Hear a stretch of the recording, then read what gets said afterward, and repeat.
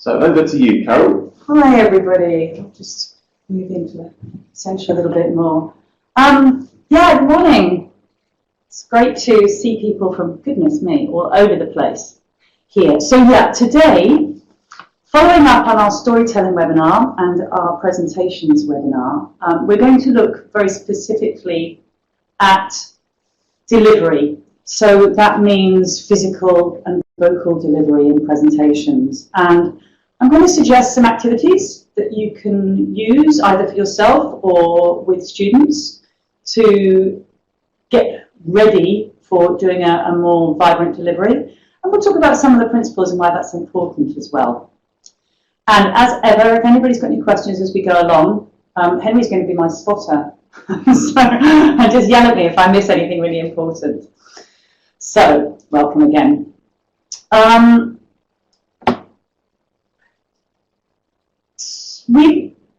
mentioned this before, that there are three essential elements in any presentation or speech. And so there's you, the speaker, and of course there's the audience and what they need, and then there's the message and the content of your speech. And given that I assume that anybody who's going to bother to take up people's time with a speech or a presentation wants to create a great relationship with their audience, then we're still thinking about this, which is, what will they care about? What will be their core concern? That's always foremost in our minds when we're presenting or making a speech. And there are two things at least we need to ask ourselves in that case. One of which is, what do I want to happen as a result of spending this time with this audience, these listeners? What's my purpose? Most important thing of all. And that also implies, what kind of a relationship do I want to create with this audience? I assume that there are certain constants there, but also there will be things within the presentation that might just change the tone a little bit. Some messages might be more urgent than others. Some might require more action. Some might require a change of mindset. So while we're thinking about our delivery style, it remains true that we're constantly thinking about what kind of relationship we want to create. And I'm going to suggest that what will always be the case is this. That for people to be influenced by us, for us to move people, they need to trust us. And so we need to be credible. And if we're thinking about different kinds of trust, we might create what kind of feelings we might evoke in people and how we want to present ourselves within that, then I'm going to suggest here that there is a continuum in this relationship of trust, and that all of it requires taking responsibility for ourselves and for our message. But on the one hand, we're trying to give an impression, we're inhabiting our knowledge and our authority on the subject with gravitas. So on the one hand, at the end of this continuum, we've got presence and weight. And that, of course, is founded in our substance and our research and our knowledge of the subject. But on the other hand, clearly we need to create a sense of warmth and relatedness to our audiences as well. So that's where we touch people with who we are and how we make them feel. And we might think about the fact that I'm going to try that sentence again. Before, we talked about head and heart messages in presentations. And that, in a way, is where this continuum lies. The authority and the gravitas is mostly with the head messages, and the warmth and relationship is mostly with the heart messages. So it continues to be true that within the content of the message, the content of our speech, we're still thinking about the balance of head and heart. Okay. Somebody said here, but it should be sincere. I absolutely agree. All of this, for it to work, should come from a sincere and authentic place, and that means it reflects your values. So, what have we got at our disposal when we're with an audience? We've got our body, the things that people see. We've got, obviously, our voices, which people respond to emotionally. And we've got our content that people hear and then interpret. And it's important to remember this is the order in which people perceive us. Okay? First, they get a sense of our physical presence. Secondly, they respond in all kinds of ways, consciously and less consciously, to our voices. And then thirdly, when they've stopped responding to their limbic brains and calmed down and allowed their interpretative brain to come into play, they'll start thinking about whether our content is worth it. But today, because we're thinking about delivery primarily, we're going to be concentrating on body and voice and what that does to the message. Okay. So, I've got a question for you, which is, what do you find most challenging? If you had to choose between these four: confident body use, varied movement, keeping a clear and steady voice, and sounding engaged and energized consistently, which would you find the most challenging? I could have asked you which you found the most easy, but I'm interested right now in which you find the most challenging. And I think Henry's going to put a poll in for us so that we can have a look and see what the balance of opinion is there. So feel free to click on the ones that you find most challenging. Okay. Well, at the moment, we've got a pretty even split between keeping a clear and steady voice and sounding engaged and energized, and then varied movement comes in third. Whereas there isn't a huge score on confident body use, which is great. Well, we're going to talk about all of these things, but it's really helpful for me to know that those vocal issues are, for most people, primary. Okay, that's fantastic. That's really helpful. Thank you. Okay, so thanks, Henry. Thank you. Okay, so they're all linked up. That is one thing that we got to be really clear about, that they rely on each other. So I'll take you through the sequence of how we might think about that and how I think about it as a voice coach, so that you've got some method for taking more control and having more resources for any of those areas. And those, of course, you can transfer to any content at all. So, starting with the body. So we know that we want it to be open and confident and approachable and comfortable, so that we look as though we have everything on that gravitas continuum available to us. We have authority, but we're also capable of being approachable and expressive. So we need to be able to relax and center and have a really strong base at the same time as having a very fluid upper body and expressive movement and gesture. So from the moment your audience sees you, you need to be physically open and check for signs of tension. And essentially what we're aiming for is standing tall, dropping our shoulders, and standing evenly on both feet, so that you look balanced and strong. So we'll go a little bit more into that. And the other thing I mentioned Amy Cuddy before, who's got a great TED talk on confident body language. It's called Body Language, and she talks about power poses. So the important thing here is it works inside out and outside in, this physicality business. One, the way we feel affects how we look, but also the way that we use our bodies eventually affects how we feel psychologically as well, and that's really important. So the implications of how other people see us, but also how we perceive ourselves, are very much wrapped up in our physicality. Somebody said non-verbal communication is very important. I've already seen this lady, Amy Cuddy. Amy Cuddy, okay? Cool, lovely. So, posture and alignment. this is where we start. If our skeleton is skewed, if we start in a way that's unbalanced and tense and therefore compensating, it affects everything all the way up our body and into our voices. So start with the idea of standing on both feet, of allowing your spine, as in this cartoon, to release towards the ceiling and your head nice and balanced on your neck. Okay, and we'll go through this in a little bit more detail now. But that middle picture is the one that we're aiming for.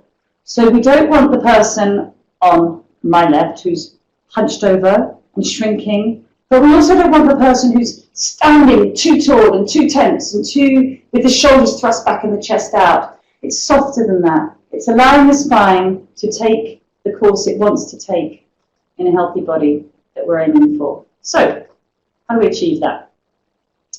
Well, as we say here, try putting your feet solidly on the ground, just rocking backwards and forwards a little bit from the balls of your feet to the heels and then settling into the middle. Imagine a tripod between the base of your big toe, your little toe and your heel, and try and get yourself evenly balanced and weighted on that tripod. Also from the outside of the foot to the inside of the foot. So you've really got a sense that you're not creating unnecessary tension in the body. Okay? Then working up, soften your knees. They don't need to be bent, but they don't want to be locked back either. What we're aiming here for is a sense of ease and space in the body, but with a very solid grounding. Moving up further, just imagine the base of your spine dropping towards the floor so that you're not tilting it, but at the same time lengthening right the way up through your neck. Relax your shoulders. So I'm going to show you actually, because you can see the top half of my body here. So I would do lots of shoulder rolling exercises to get the joints mobilized like this in both directions. And then really checking out, shoulders up to the ears and just sigh out and let them go several times. So somebody's saying, I often tell myself to relax my shoulders. Quite right, tell yourself, but also do it. So it's good to think about it, but the shoulders actually need a lot of loosening because we take so much tension there. Okay, and then shake out your arms and hands so that you can express yourself with gesture and you don't take tension into your fists and hands. All right, so we're working with this idea that we're trying to support when we need to support, so we're not floppy or slumped. We're very alive, but we're also comfortable and relaxed. And I absolutely recommend that you, every time before you speak, and at several other times during the day, you practice this, sitting and standing. You can do it sitting as well. You can release your spine and support from your core while you're sitting in a chair. Okay, yeah, very useful and very relaxing. You're quite right. So.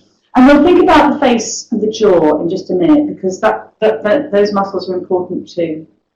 But what I'm aiming for here is the idea, I love this image of the martial artist because it's so strong and grounded, but so alert and energized and ready for anything.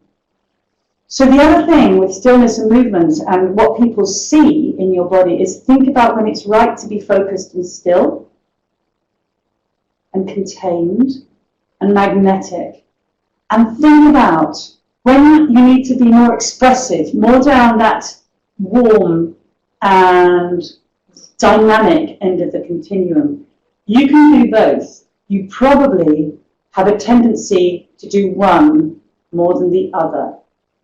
So one of the things that we can do is play with that. If you're practicing a speech, consciously think about the choreography.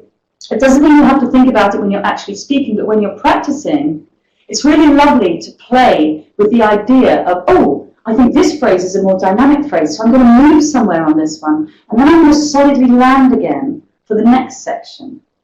So that balance between stillness and movement is really engaging for an audience. Don't get stuck, but also don't do meaningless movement, just wandering about for no reason. Somebody said yoga is useful. Yeah, yoga is very useful, so is Pilates. Any mindful activity where you're linking up the body and the breath is really, really useful. And we're going to talk about breath in just a second. So before we go there, we know that eye contact is also incredibly important.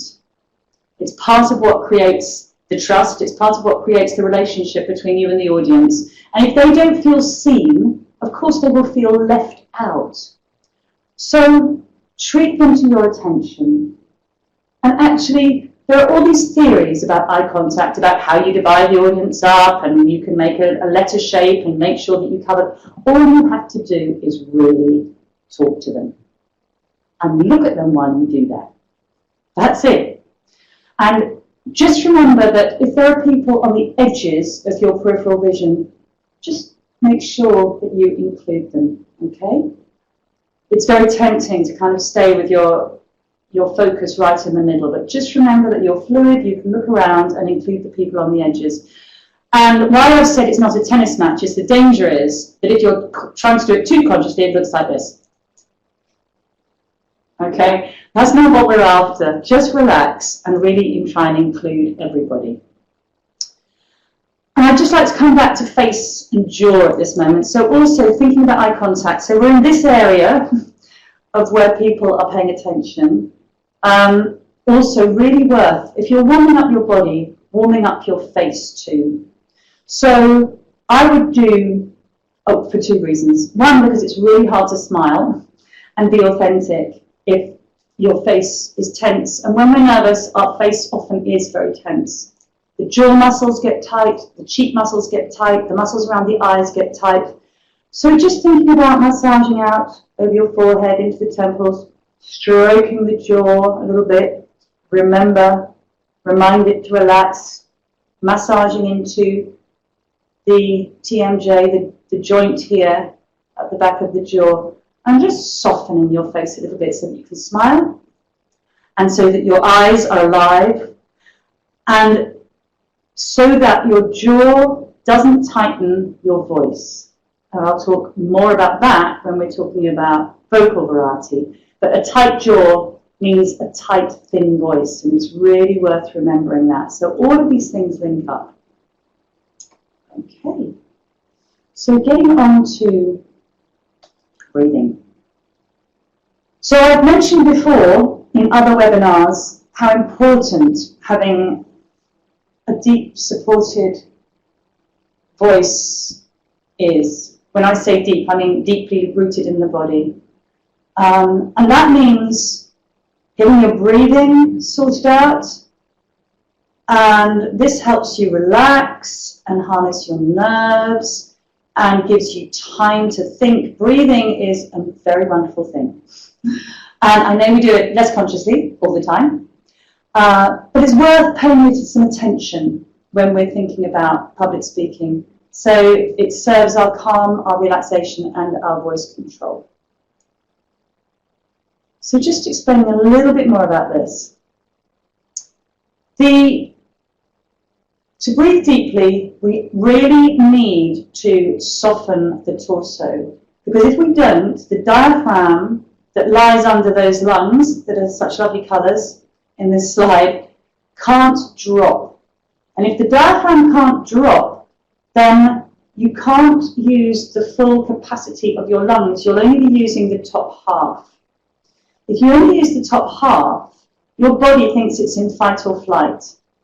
And it's one, clearly you haven't got the fuel for the voice that the full lung capacity provides, but also you're going to keep topping up that kind of panic breathing. So we're going for the opposite, okay?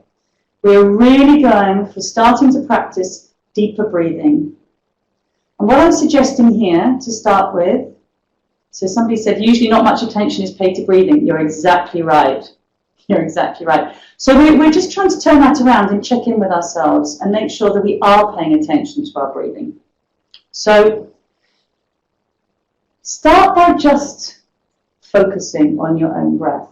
and try and relax in the way that you would if you were going off to sleep, let's say, and let the breath drop deeply into your lungs. Picture the breath dropping in deeply, and maybe put a hand just above your navel and feel it softening there as you breathe in. And imagine the lungs filling up really gently, like a balloon or a bellows. So you soften your torso, you let the diaphragm drop, and then as you breathe out, you gently re-engage the core muscles to support the breath leaving the body again. Because, you probably know, but maybe you don't, it's the breath going through the vocal folds that creates sound. And once you start to support your breathing properly with all of those muscles in the torso and between the ribs, that is where you can keep your voice nice and steady. That's where the strength comes for your voice. So you have to let the breath in properly, and then you support it going out again. And I can't recommend enough breathing practice for calming your mind, but also starting to get control over your volume and resonance and the steadiness of your voice. It's these muscles deep in the body that do that for you. So we release as we breathe in, and we support and engage as we breathe out. Somebody said it's difficult to control breathing. It's practice. You can't turn it all on in a second.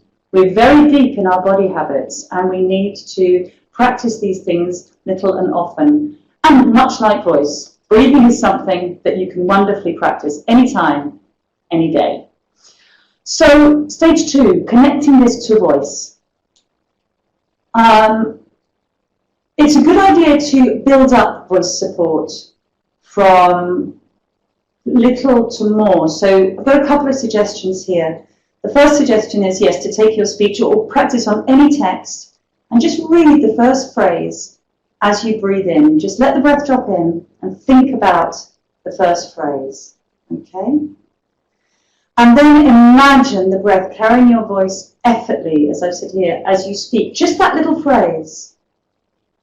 So you're not demanding too much of your breath to begin with, but you are really allowing yourself to trust the power of your breath to carry your voice. It's connecting the two things up that's really important here. We call it rooting into the voice or grounding into the voice in voice work. And then go on to the next short phrase and do the same thing. Okay, so you're looking at your text just a little tiny chunk at a time, and you're breathing in between every time. It also helps you to really focus on all of the words so that you're mentally taking in every word, and it'll help you to decide if all of those words are the ones you really want. Okay. 2, read just the first word. Breathe and read the first word. It's the same process. You're just breathing in and thinking about the first word and then saying it. Then go back to that first word again and include the second one. And speak both of them. And the third and the fourth and so on. So your phrases and sentences are getting longer on each breath. You're building up the breath gradually and you're building up stamina. And then when you really feel that's enough, that your breath will start to run out if you don't breathe again, then start again on the next section. But it's a great exercise to start exploring how much breath you have, how much you need, how much is too much, how much isn't enough. Build up gradually. And this is another way in which you really take in what you want to say. So it's a very mindful exercise, both in terms of the breath and the content. Okay, so then we're thinking about energy, vocal energy and variety, which was another thing that you guys polled on as one of your top challenges. So, how do we create vocal music? We could become our own conductor. There are lots of things that we can use to conduct our own voices mentally. And they include, of course, pace, yes, volume difference. How much volume do I need to reach this audience at different, and are there bits of the message which might be either swifter or more measured, louder or quieter? Pitch variety. Now, emphasis helps with pitch variety because as soon as you emphasize a particular word, the pitch tends to go up. But there's also pitch just in the music of the voice. Very few people use the full range that they have available to them when they're under pressure. Our voices tend to flatten out a little bit and become more monotone. So again, it's very useful to practice expression. Somebody said, yeah, I'll talk about whether we write out our speeches or not in a little while. Yes, but we certainly don't want robotic intonation, so you're absolutely right. So yeah, if you don't want them to work on their own text, you're quite right. Work on other people's text. Work on wonderful, wonderful writing. We're going to talk about that in just a second. Okay. So keep thinking about how you want your audience to feel. Okay. Our tone, our intonation, our voice patterns affect people really strongly, both emotionally and in terms of the sense of the message. So ways in which we can practice voice music, voice expression, and variety. So, suggestion number 1, read a children's story out loud. I think it's pretty obvious why children's stories are great material for vocal variety, because they have characters and excitement and magic in different locations. So, a couple of ways that you can try this. They're all fun. Yeah, include all the characters' voices. When you get a new character, try out a voice for that character. Establish different places in the room where you're reading this story and move from location to location as the story moves on in its journey. If you've got other people with you in a group, you can try with them acting it out and telling you whether you're really making it clear. And you can check as you read it whether they're acting out what you imagined. And this really brings you into the present with the story. Another really fun thing to do, this might sound silly, but I love it, is to just get objects and use them as characters, as puppets in your story. So I might have, right, I've got my glasses case and a pen, and they're going to be my 2 characters talking to each other at this moment in the story. And then I need 2 different characters, so I'm going to put those down and pick something else up. And then apply this back to your own speech and see what happens. It'll probably feel quite exaggerated to start with, but don't worry. It's bound to flatten out when you get there. It'll work itself out through the course of practice. I'm just seeing somebody asking about a power presentation. I think we'll get back to visual aids in a minute. In terms of visual aids, picture's better than words, if it's all possible. Okay, if that's possible. Okay, 2, in terms of your clarity and your real relish of every word, find a poem that you like, or a speech that you like, and exaggerate the muscularity, the articulation.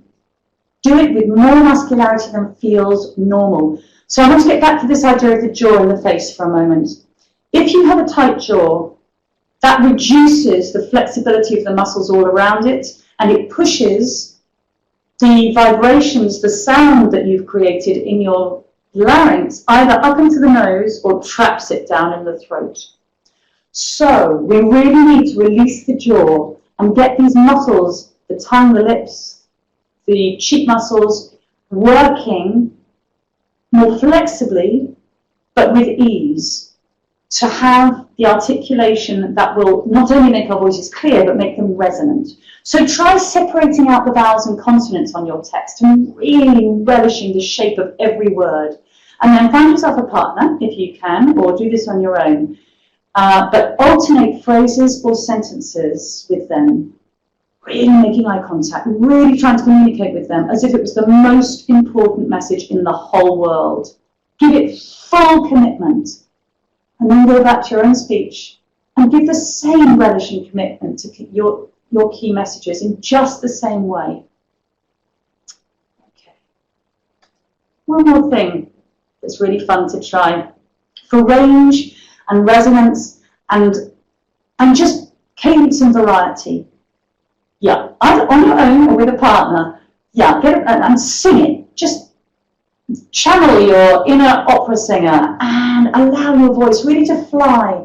And this is actually much more fun with a partner. So if you sing it as a duet, then you'll sing a phrase and they'll sing a phrase back to you. And it really allows you to get some, it lets the emotion in the words fly and shape. And of course, what it does is release your body and your voice. So really be careful not to strain or push your voice doing this. But do have fun with it. And yeah, as I've said there, don't think about it too much. Just go for it.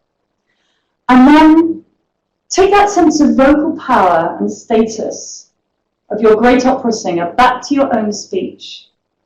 And just imagine yourself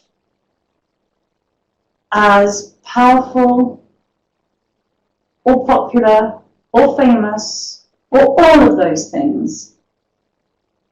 And try out your speech with that in mind, see with that status, with that sense of ease and power and comfort, and see what that gives your presence. So, we've got another question for you.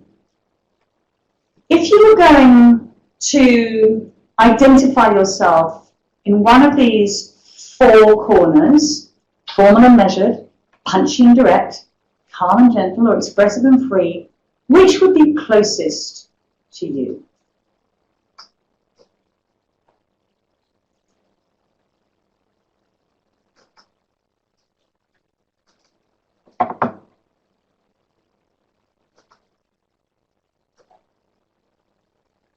How very interesting. At the moment, we've got expressive and free shooting up in the voting.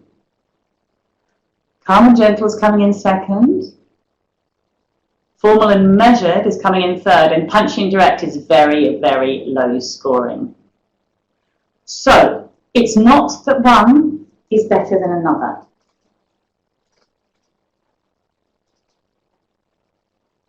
Great.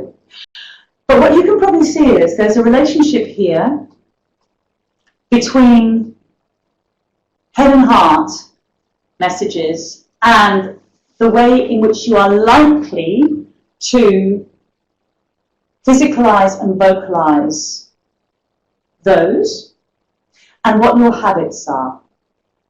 So the idea is, this refers back to the kind of messages that we were delivering in the presentations webinar. What I mean is that we mentioned then combining all of these as a checklist to make sure that you were reaching different kinds of audiences. So the audiences who needed data and analysis, the audience who like actions and results, the audience who want to feel that you care about them, the audience who want to have their imagination stirred.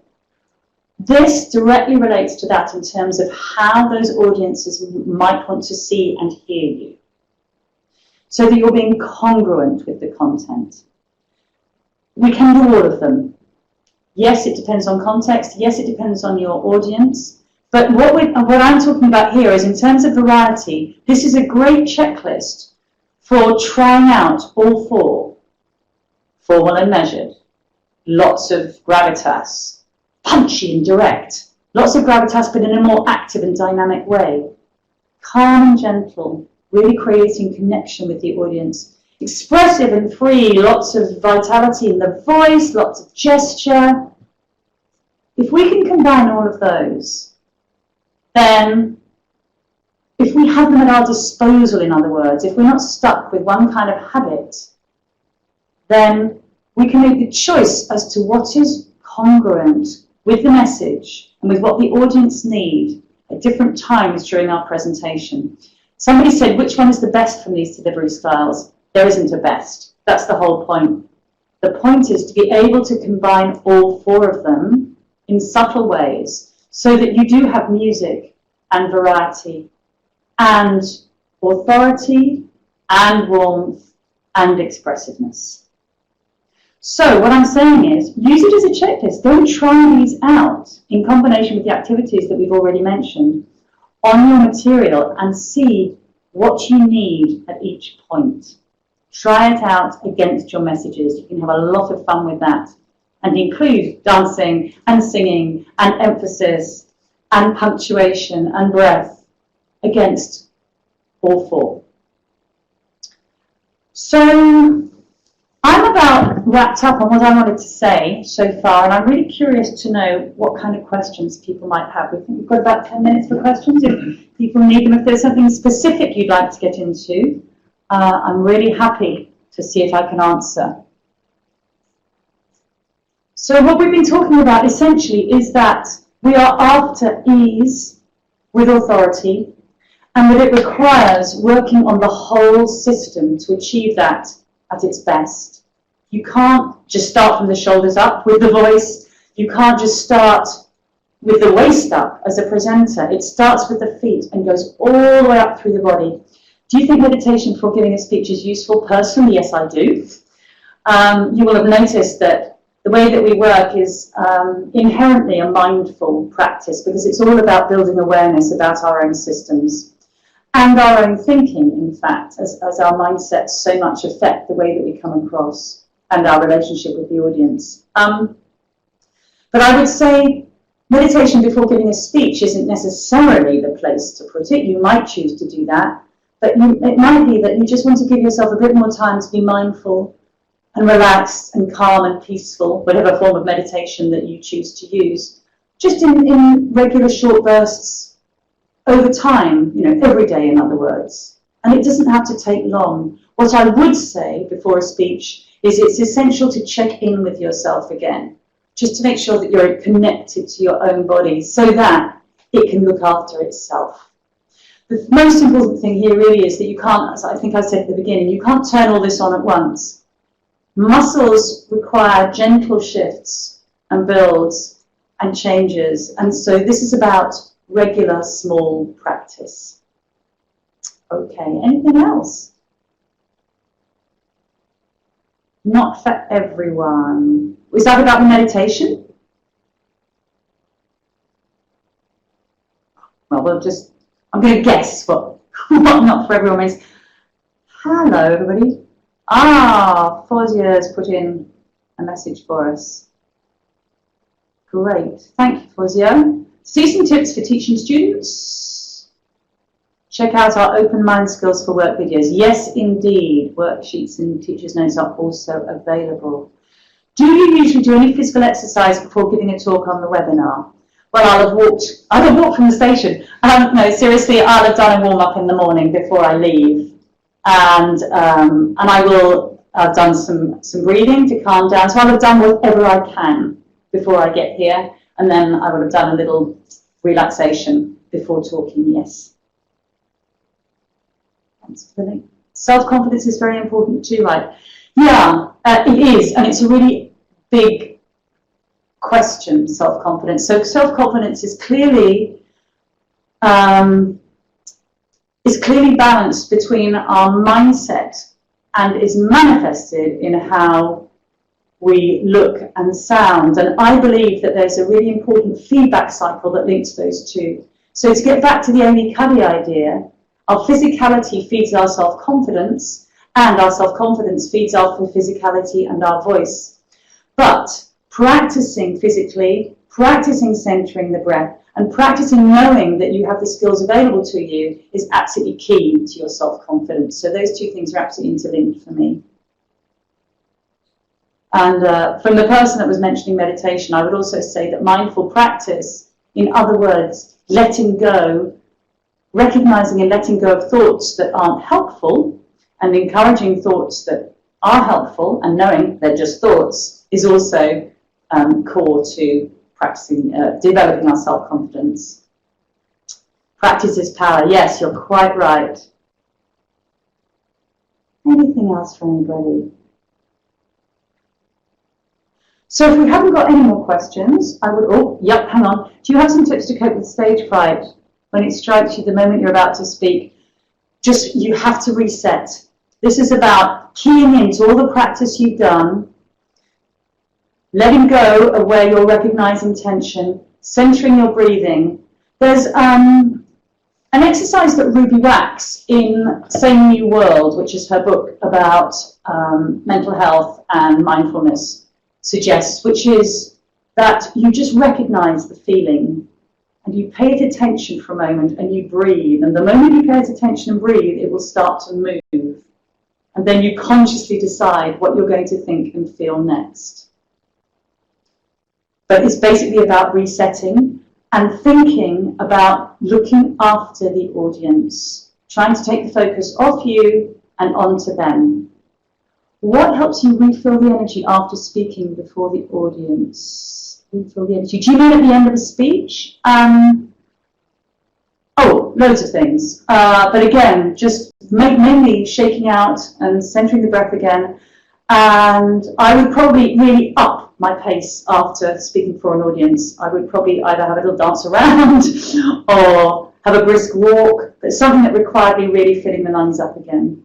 You used to be an actor, didn't you, Carol? Yes. Are there any tips from actors on the stage that you could share that would be relevant?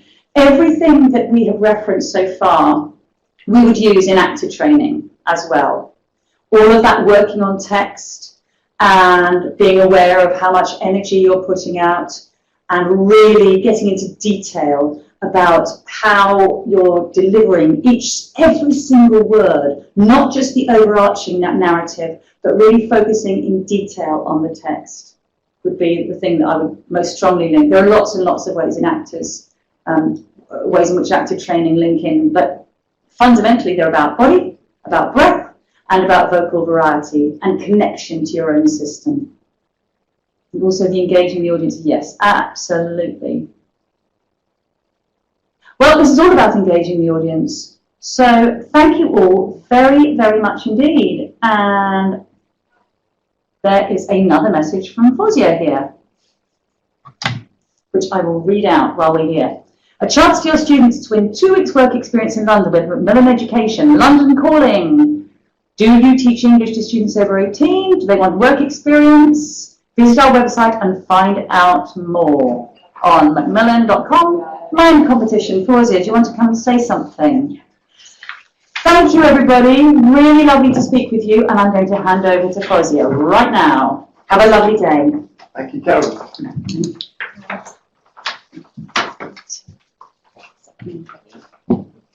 Hello everybody, and thank you very much, Carol, for that absolutely fantastic webinar on presentations and how to make the most of what you have and delve into those resources that you have to bring out the best presentation you can. It's fantastic.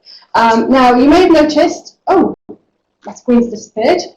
You may have noticed that I was putting some things in the chat about a competition that we're running. So, any of you who teach students over the age of 18, do you want your students to have the chance to really, really boost their own employability skills and have the chance to do a work experience here in London at Macmillan Education? We've got a competition. Just hold up this poster. We've got a competition running this whole year, and your students can have the chance to come to London and do 2 weeks work experience here at the Macmillan office. And I will post the link here again for you. Tell your students all about it, and yes, good luck. They can really boost their own chances to become, really, really great at life skills by having this opportunity. Look out for the mailings, look out for the social media that we'll be sending out throughout the year, and yes, good luck to all your students.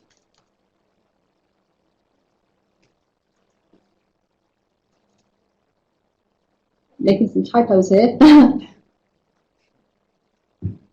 Whoops.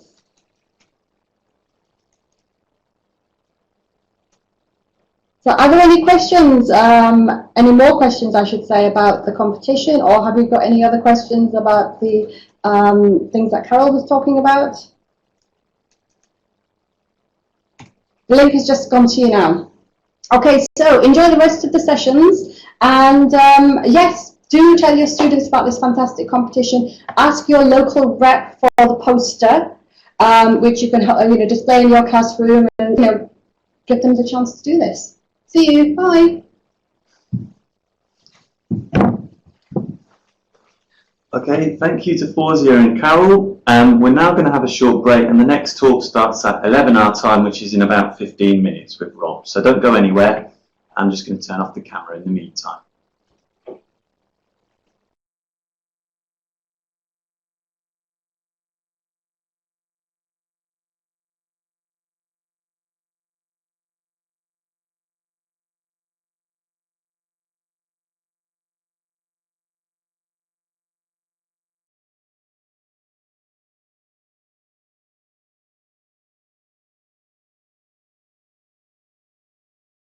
I can see that I've got people attending from all over the world, in fact, which is great to see. A warm welcome to you all from Barcelona in Spain, which is where I'm based. One of the reasons I'm talking to you today on Macmillan's behalf is because I was one of the co-writers on their new secondary course, which is, to just give you a quick look at that, Beyond, which has got a strong communicative focus in it. So, communicating confidently. When I was thinking about this session, I thought we've only got 30 minutes together, so I needed to narrow it down, and I decided to focus on speaking because in my teaching I find this is the skill that's the most difficult to develop. Would you agree with that? Do you have problems getting your students to talk? I work with teenagers, so maybe that's a particular problem with teenagers. Lots of sure, yes, absolutely, yeah. Okay, so hopefully there'll be some practical ideas in this session to help get round that problem. Let's find the button to click on. So when I was thinking about the session, I mentioned the challenges in getting people to speak, and these are some of the challenges. They may not apply to all of you, but the challenges can be that you can have a lot of students in your classes. There can be a wide range of levels, both in terms of language and in terms of motivation. And if you're in a situation where your students are speaking the same L1, it can often be very difficult and awkward for them to speak in a language which limits them when they just come into class speaking the same language. Self-consciousness and shyness also play a part, especially with teenagers, but also with adult classes. And then there's that pressure, the pressure on teenagers in particular to sort of not be uncool in front of their peers plays a part. Would you add any challenges to that list? Is there anything that I've missed there, do you think? I'm looking down at the chat box. Depends on the topic, yeah. Culture. Okay, so cultural differences as well. Yes, that's something which I haven't taken into account. Having no ideas, lack of motivation. We'll be dealing with all these things. Culture is something I haven't thought about and something which I'll need to think about if I do this session again. So let's look at what confident speakers are. And this is something which I had to think about at the end of term before Christmas when in my school we change groups to give our students oral tests. And so I took another teacher's group, she took my group, and it was fascinating to have this session in mind and think about why some of the speakers came across more confidently than others, but also to think about the feedback that I got on my students. And so there were some surprises in there. And I think confident speakers, the first thing I noticed about the confident speakers is that they wanted to communicate. It's an obvious point, but they wanted to communicate and they wanted to be understood. Their focus was on fluency rather than on thinking about how am I going to say this, what am I going to say next. They were thinking about the here and now and about what they wanted to say. Obviously, they wanted to think about how they were going to say it, but their mind was on the message rather than on the language they were using. They also listened during the oral exam. We did the oral exam in groups of 3. The confident speakers listened to each other and they interacted appropriately. They were also, I noticed, they were well trained in small talk. I asked them about their plans for Christmas, and the ones that were confident immediately were able to sort of tell me, yes, I'm going to do this, I might do this, on this day I'm going to do this. They were prepared to talk about sort of social, they were prepared for social talk.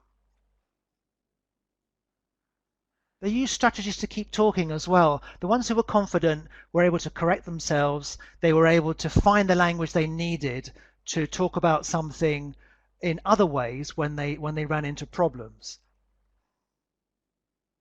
And they were resourceful with content. By that I mean that the confident speakers, rather than when I asked them what they thought about something, if they didn't know, they told me they didn't know. Or they said, I don't know what I think, but people here think this, or my brother thinks this. They were able to sort of manipulate the content to help them to keep talking.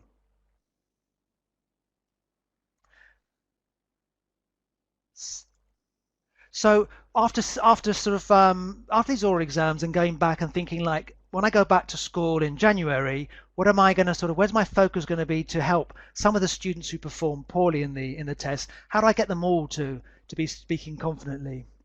And my plan was to sort of I think the first part of the plan is to stress the importance of listening attentively. And one thing I noticed about the feedback on my students was that I got some quiet students in my class who actually spoke really well in the test, and they were the ones who always listen well in class. They actively listen, they pay attention, and I guess what they're doing is they're thinking about. They listen to me, how I say things. They listen to other students. They're thinking about how they see things, how they say things. They're comparing what they would say, and so it's an active process. And that was the first thing I thought of to help my students. And then I needed to give even more time for real communication in the classroom. That's something which I thought I needed to do for the sake of the students who were weaker.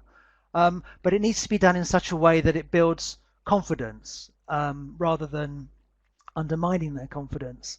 And finally, I realized I needed to give my students even more help in being able to keep talking. So just a quick question here. Are you all, am I speaking too fast? Are you following me okay? I don't want to lose you right near the beginning. Yeah? Okay, yeah, I'm looking at what you're saying there. Yeah, we're going to be looking now at maximizing time. We're going to be looking at the type of tasks that work, and we're going to be looking at setting up tasks in a way that make them work. So let's go to maximizing time for real communication. Now I know that doing whole class activities is an extremely valuable task, whole class speaking activities, provided that people are speaking and listening attentively while that's going on. But I think to get enough time in class for students to gain fluency, it's inevitable to do some pair and group work. And I know that sort of like, I find this hard to do. I find it hard to avoid there being chaos. I find it hard to stop my students speaking in Catalan, which they do in my class quite frequently.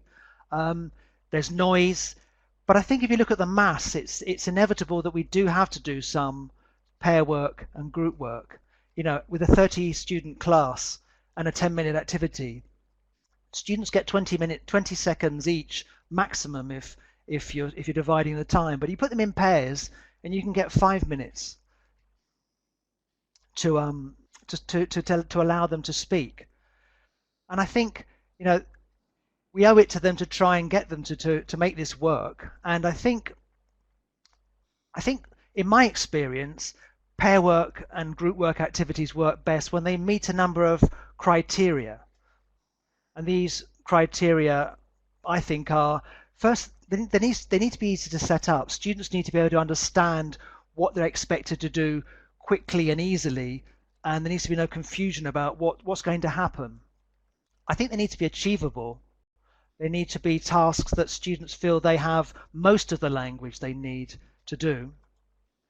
There needs to be a feeling that they can't complete the task without speaking. You know, yes, no answers will not get them to complete the task. And I think there needs to be a clear outcome. I've learnt the lesson from the past. If you just go in and get students to say, can you sit in pairs and ask each other about your weekends, then unless you've got a very motivated class, that's not going to work. It's just too open. So here is a little collection of activities that I find do work. They meet the criteria we've just been talking about. I'm not going to spend too much time on these because I'm sure you're all very familiar with the concept of information gap tasks. The idea just simply being in all those tasks, some students have some information, some have others, and they need to be able to communicate, to exchange the information and do something together. And I want to make a special reference to role plays because I think that with students who are shy or inhibited or feel uncomfortable about speaking, getting them to act and be into different roles can help them to come out of themselves, to express themselves, to express emotions they otherwise wouldn't. And it's something which in Beyond we picked up on. For each of the levels, we got a teenage drama group of the same level as the students to act out the role plays and the speaking pages so that students have a model and they can see that you can set up role plays easily with almost no equipment needed. Yeah, someone's asking about running commentaries. I'm going to come back to this. I'm going to show you now two of my favorite all-time pair work activities, and one of them is a running commentary. So I'm sorry, I've been a bit quick there. I've run away with myself. And it's not a running dictation. I'll show you how these work in just a second. I'm going to show you two of the activities which over the years in my classes have generated a lot of talk. And the first is a picture reconstruction activity. And what I did here was I picked 4 photos related to news stories in 2015, and I used the word cropping tool to cut them into 4 pieces. And then I printed out a worksheet for students in groups of 4. So each student has one piece of 4 different photos. And this isn't the running commentary, by the way. This is the picture reconstruction. It's coming in a minute, the running commentary. And so what students have to do is sit in groups of 4, and they have to describe what they can see in the bits of the photos they have and reconstruct the 4 full photos. And it's a very intense speaking activity where they have to do a lot of description and listening to each other to be able to solve the problem. Just out of interest, does anybody recognize any of the scenes in the photos?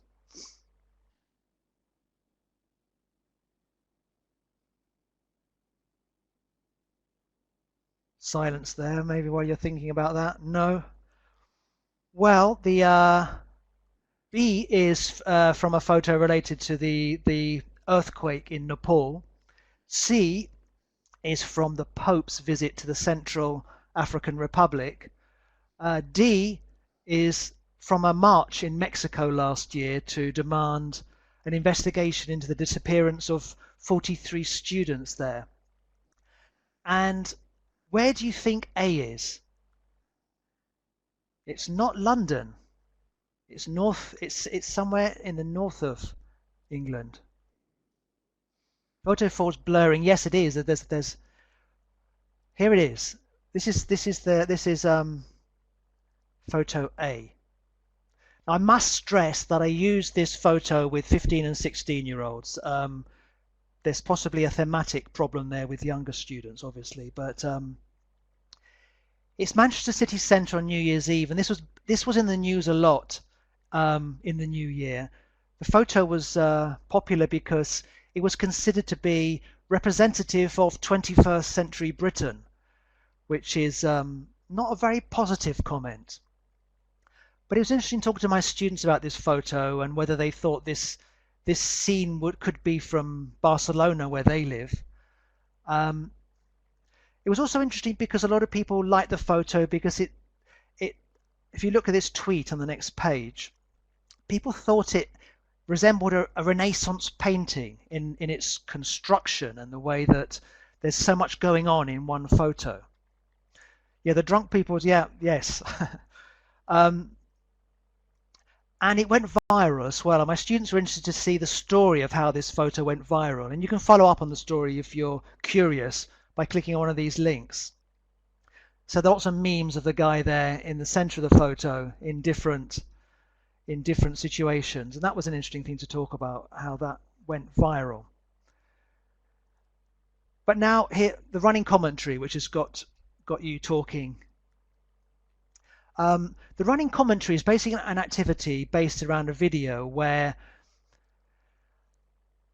students are in pairs, and one of the people looks away from the video and one watches, and the person who's watching gives a running commentary on what's happening, and the person listening takes notes on what they hear their partner saying. So you've got the scene of with some action happening, and you have to stress at the beginning of the activity that everyone's going to watch the scene at the end. At in the middle of the scene you stop and they change over. So students watch half of a scene, and after they've done that, they've taken their notes, you put pairs together who wrote the same notes, and they compare their notes to see if they understood the same thing. And at the end, everyone watches the scene to see whether they their notes were accurate or not. I'm going to play you, if I can. This is a first time with this particular program. I'm going to play you. Henry, can I play them the first video? A short clip from this first video. I'm not quite sure how to. Can we see that? Let's have just give me a second. Oh yes, it's coming. It's coming.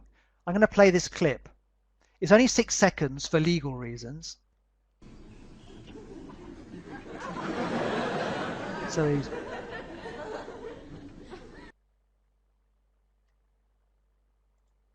could you all see that? Could you see that clip? Or have I? Something seems to have. I seem to have gone into a mode where it's not. Hello?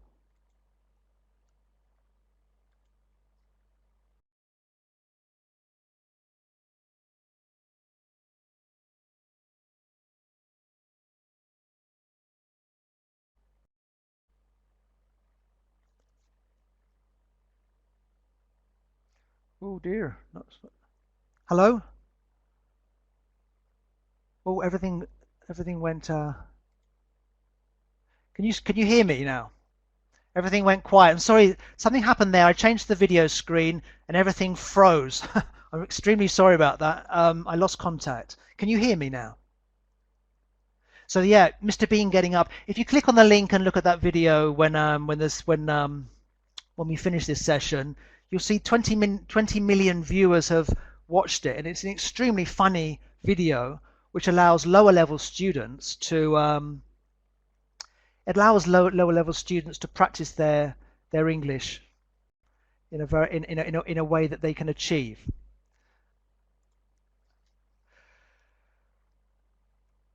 So we've looked at sort of like choosing the right type of task to help pair work activities be successful. One of the other things is the way that you set up tasks, and this is something which I've learned to do over the years through trial and error, is to use to give the right type of support to make sure that speaking activities do work and do build confidence rather than make students coming out feeling that they can't talk. So let's take that task I mentioned before, which is a classic it's a classic small talk task. What did you do at the weekend? So you would define the task by saying you're going to talk in pairs about your weekend. But first there needs to be, I think, a preparation phase where students are given time to think about what they're going to say and how they're going to say it, especially at lower levels. Now, one way to do this would be to tell them before the weekend that you're going to do this activity, and they could maybe take photos about their weekend on their mobile phones if you allow mobile phones to be brought to your classes, and they can use that as the basis for their talking. At lower level, students can take notes and maybe even start to write their answers to help them prepare, and you can go around and give support there. Students then do the task. There needs to be an outcome. I've missed that off the slide. That's my second typo of the day. I wanted to add there that there needs to be an outcome. Either they could report back to the class on their partners' weekends, or they could find two things in common that they both did. And as they talk, I think I like to go around the class and listen in and react to what they're saying, rather than coming down heavily on correcting them. I think they like to help where there's help's needed, but show an interest in what they're saying, so that the focus stays on fluency.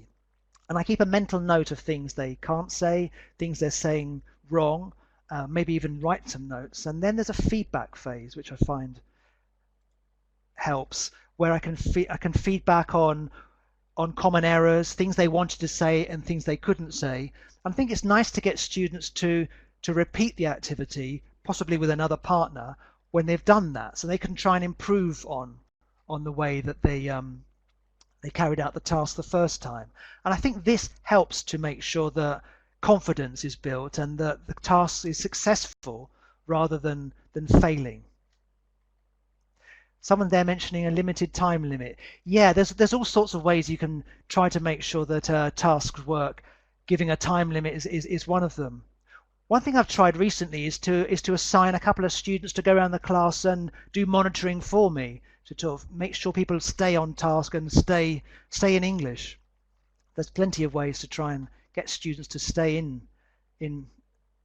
English mode. So now in the final sort of like longer section of the talk, we're going to look at keeping students talking, which is what, and so the first thing we're going to look at is explicitly teaching them strategies they can use to keep themselves talking when they're in difficulties.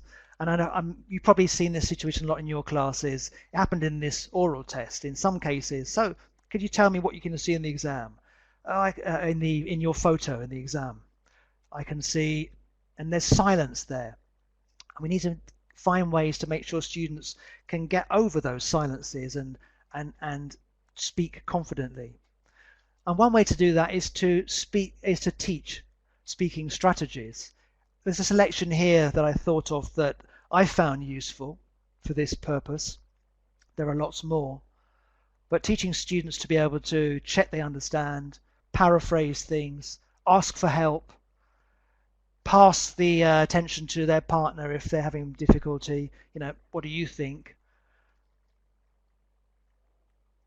But it's also important, I think, to put our students in situations where they need to use these strategies. So they're slightly outside their comfort zone.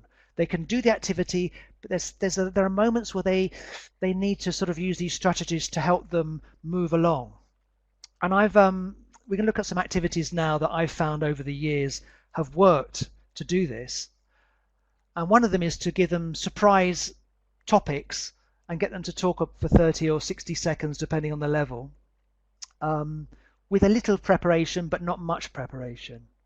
So this puts them under a little bit of pressure to keep talking, so they can use hesitation to find time to get their ideas together.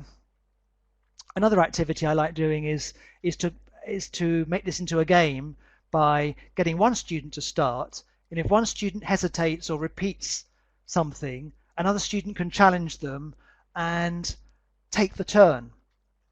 And the person who's talking at the end of the 60 seconds is the person who wins the game.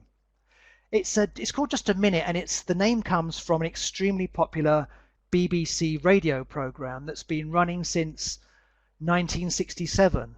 And if you look on the BBC4 website, you can actually hear some versions of the of episodes of that program, and it's a very entertaining program.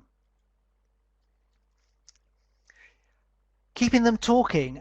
Sometimes students come in, I don't want to talk. So I say, okay, then let's have a game here where I like to put them in groups of 3, and one person starts talking, and the other 2 have to try and keep them talking by asking more and more questions.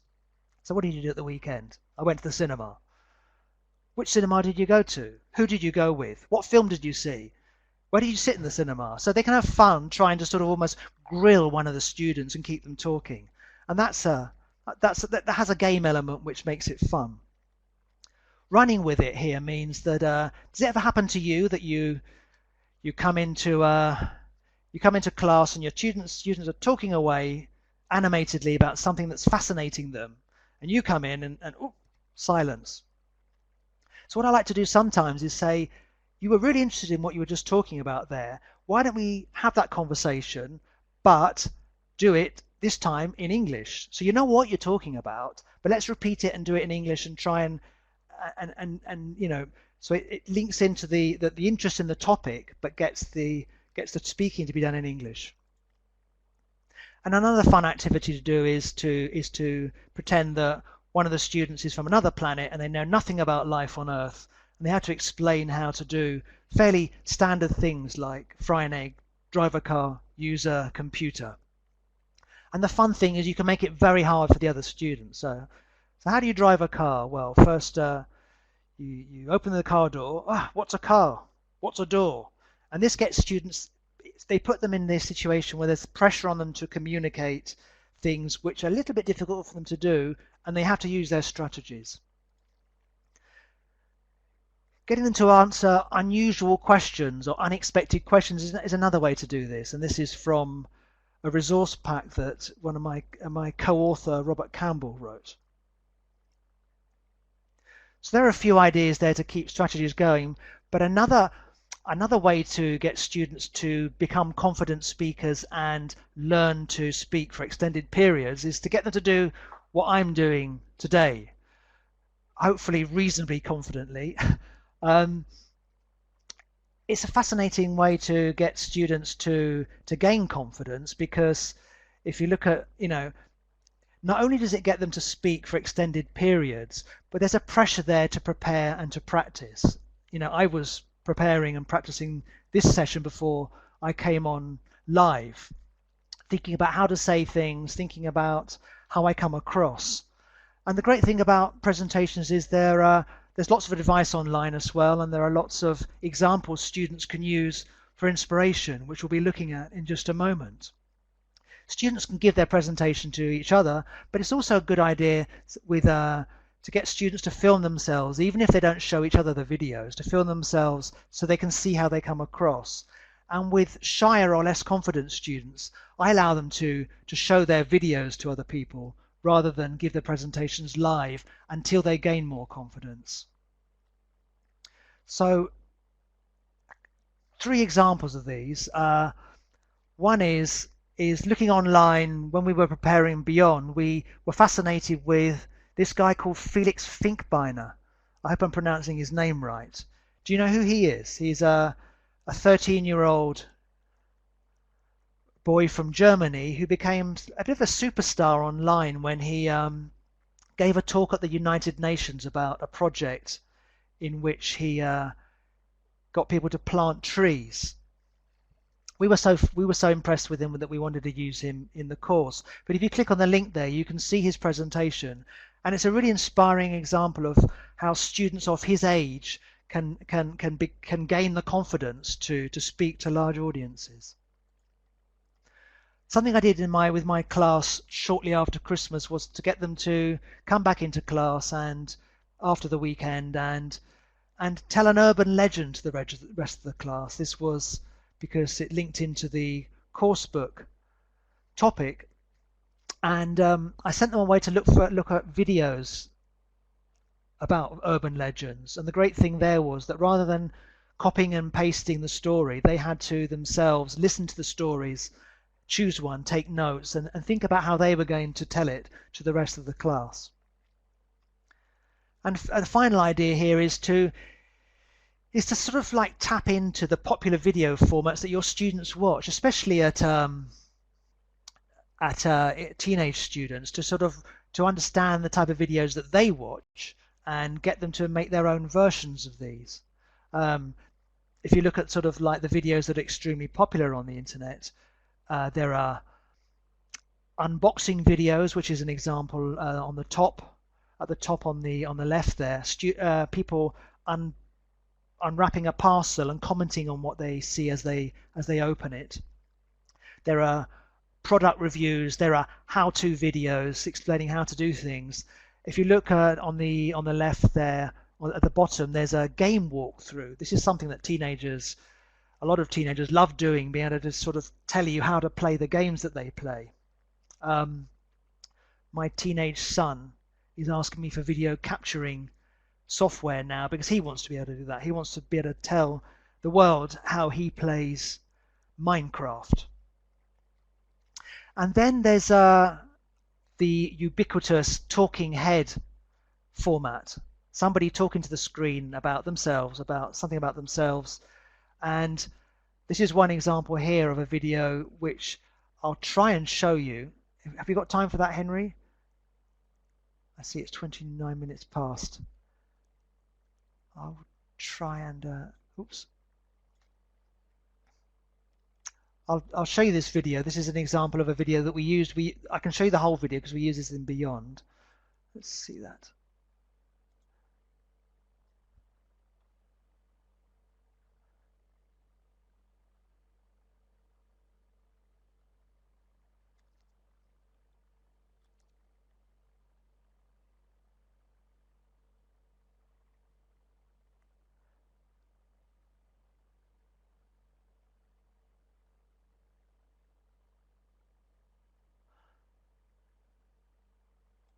Oops, that's not going too well.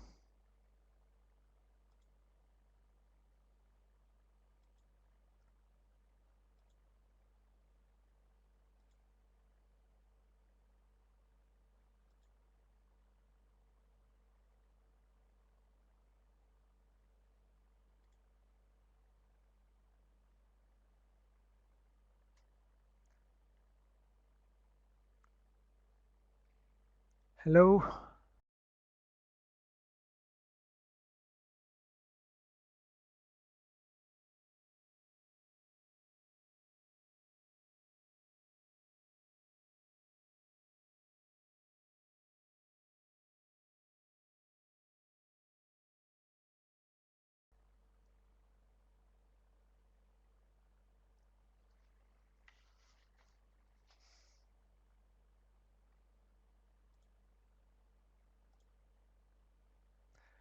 Hello, everybody.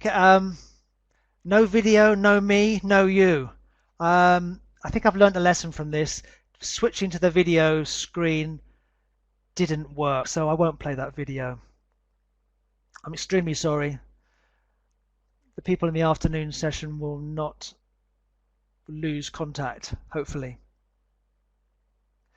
So that's basically brings us to the end of the session.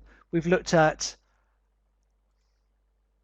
classroom challenges, defining confident speakers, maximizing class time for activities. We looked at how you can build confidence and make activities work.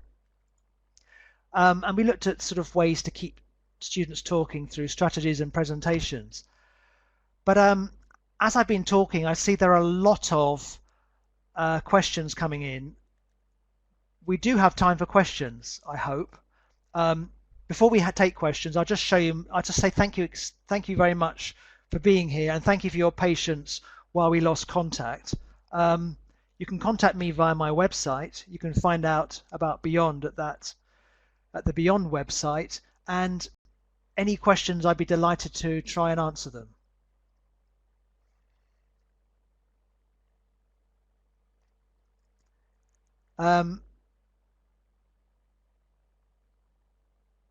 Thank you very much. Lots of thanks there. I really am very sorry about the technical hitches.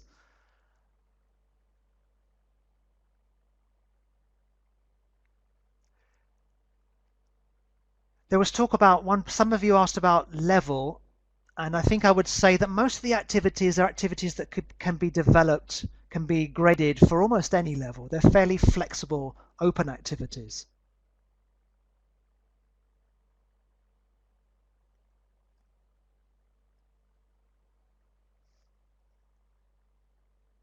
Yes, some of you are asking about the slides. What I understand is that Macmillan has copied this webinar and it will be put on the Macmillan site soon. So you could look back at those slides and revisit the links and follow things up.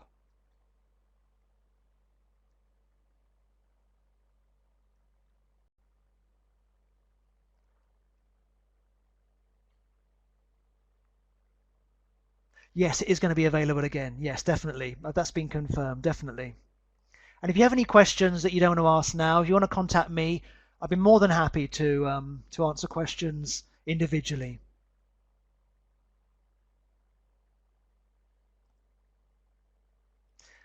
The certificate, yes, you'll get your certificate. I think that's something Henry might need to mention at the end. Henry will come in at the end and mention exactly how that happens.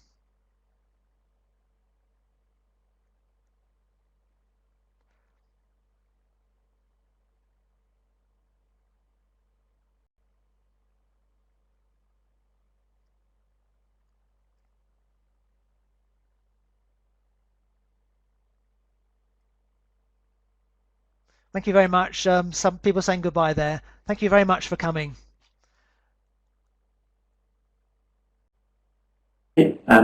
Thank you, Rob. Doesn't look like we've got too many questions. Obviously, you've done a great job of explaining things clearly for the audience. And I apologise as well for the technical issues we had there. My screen also froze, so I wasn't able to write. So this afternoon we'll probably not try and use those videos until we get to the bottom of what's going on there. That's probably the best. Yeah. But anyway, we got through to the end. We didn't lose anyone. And the certificates, as Rob said, are going to be handed out at the end of the next talk. So there's one more talk to come, which is starting with Mickey in about 20 minutes at 12. So Rob, if you'd like to say a few final words. There's lots of nice comments coming in the chat box for you here. No, it's extremely gratifying to to see that people enjoyed it and got something out of it. I got something out of it too. It's been great to be here and to be able to sort of communicate with people from so many different places. It just reminds you of how big the world is and how many people there are out there in the same job.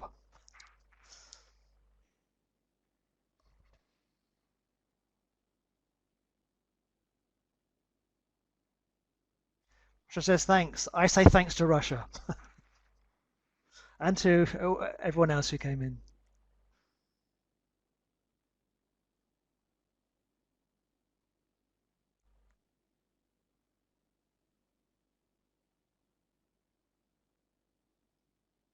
Okay, well if there really aren't any questions, I'll switch off and as I said before, do get in contact if you feel that if a question comes up that you don't think of now and you'd like answered. I'm more than happy to take your questions.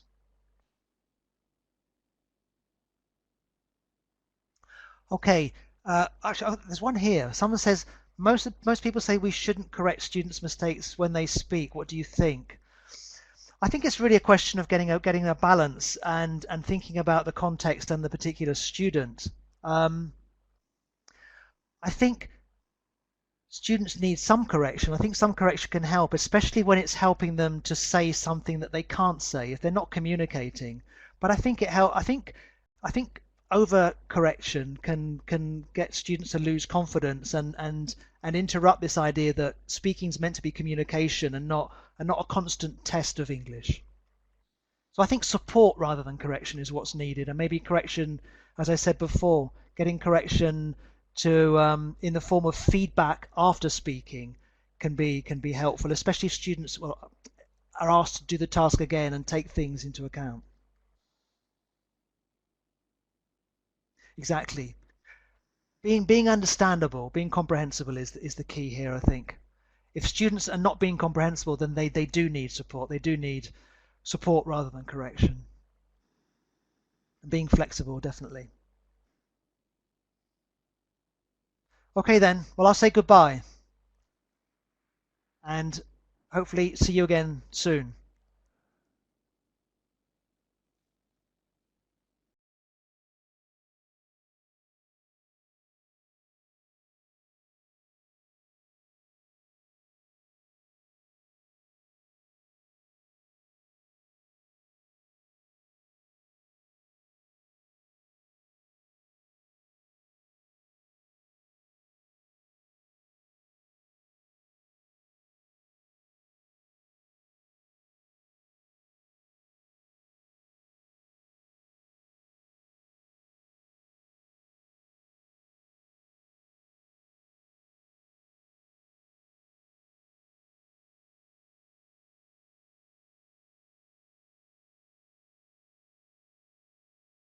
you all, probably afternoon or even evening for some of you. It's very early in the morning here in Texas, about 6 a.m. So, I hope I don't fall asleep on screen here.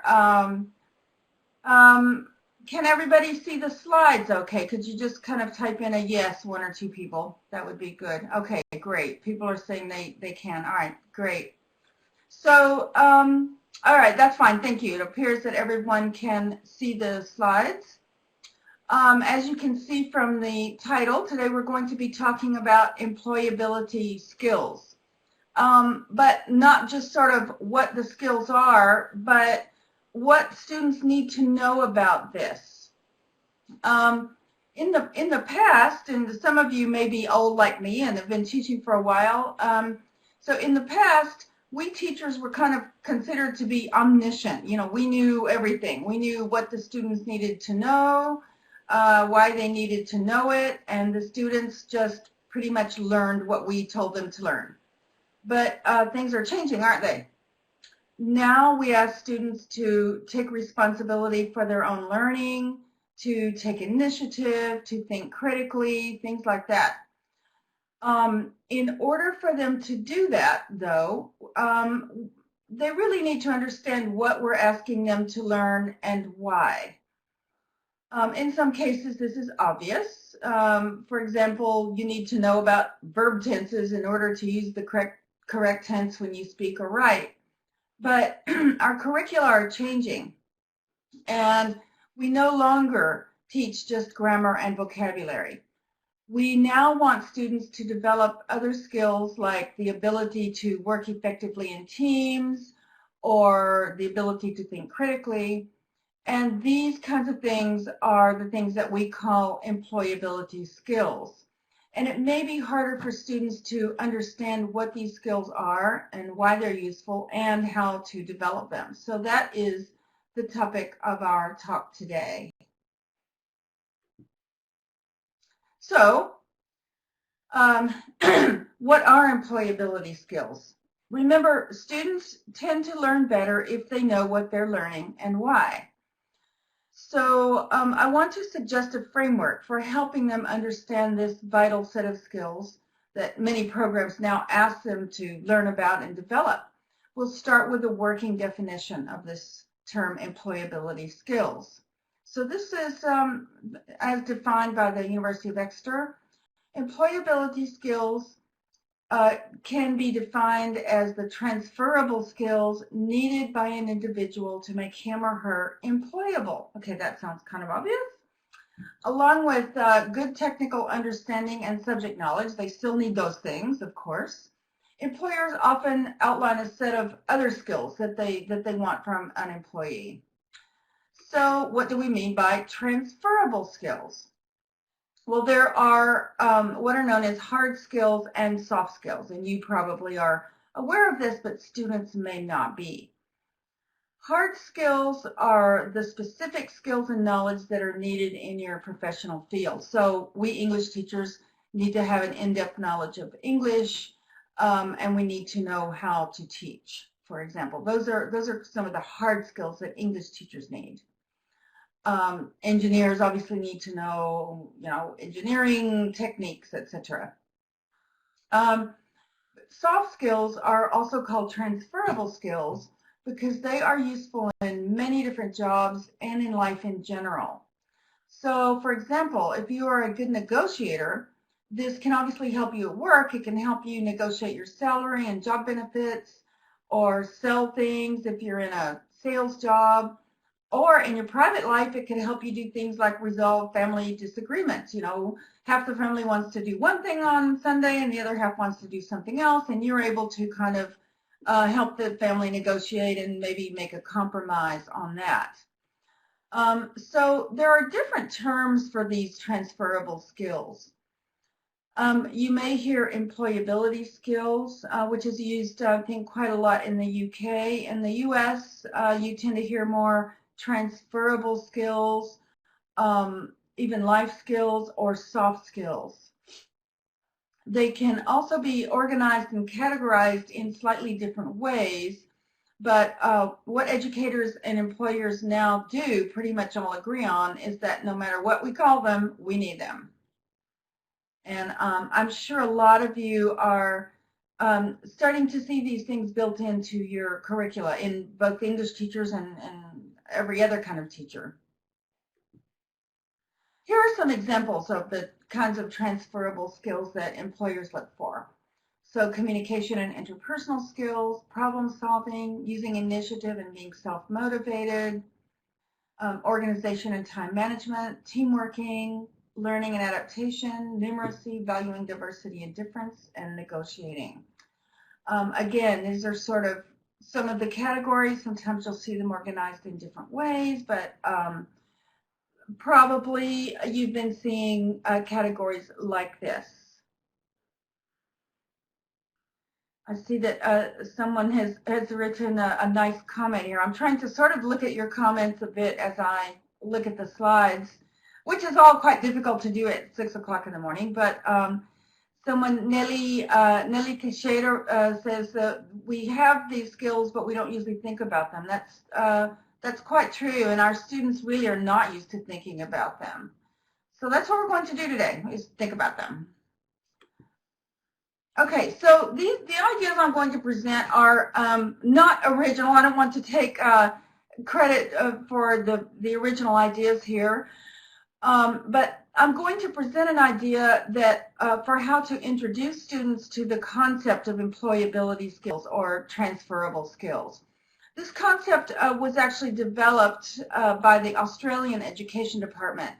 And you can find it online if you do a search. Actually, this talk, or a handout from this talk will be posted after the talk, so you will have access to this. Don't feel like you have to copy this stuff down.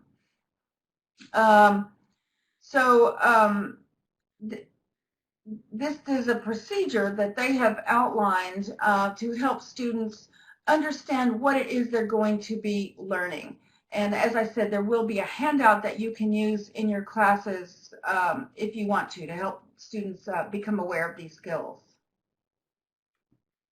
So what do we do? And this, again, this will be the first section of the handout that you will receive. So what you're going to receive is the whole sort of step-by-step lesson plan for doing this. So first we want to introduce the terms to the students.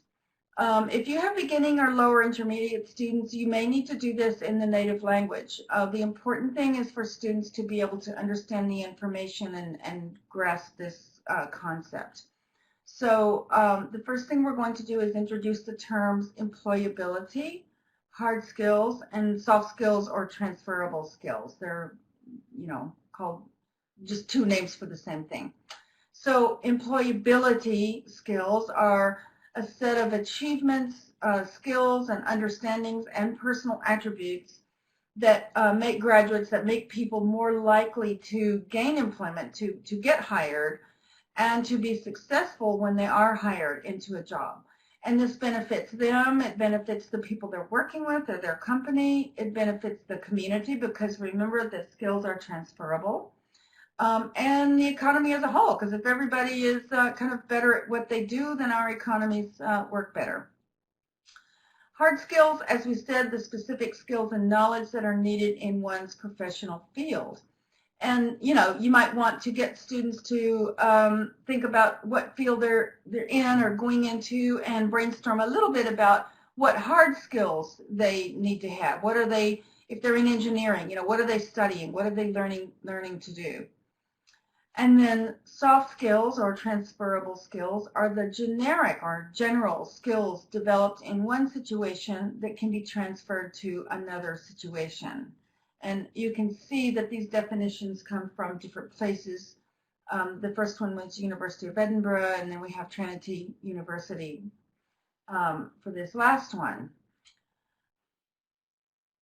Okay. That's the first thing, just kind of introduce the concept, what are we talking about, what are the definitions that we're going to be using.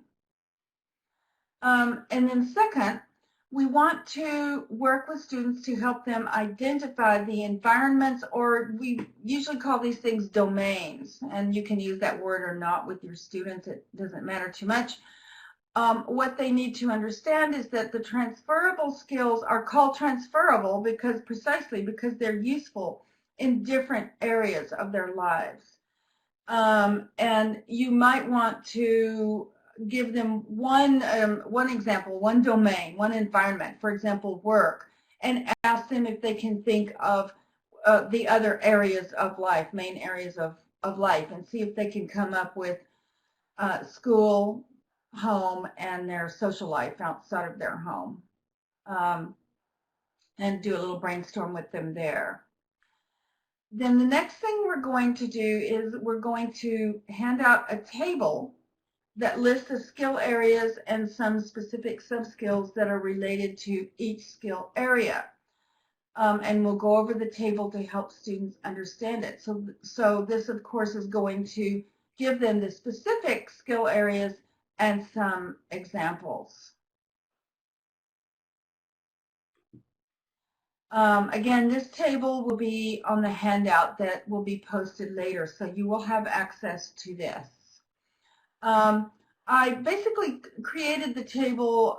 It's based on information from the Australian Education Department site that I mentioned before, as well as information from the University of Exeter and some of my own information. But the websites for the two sources are listed at the after the second table that we'll see in a moment.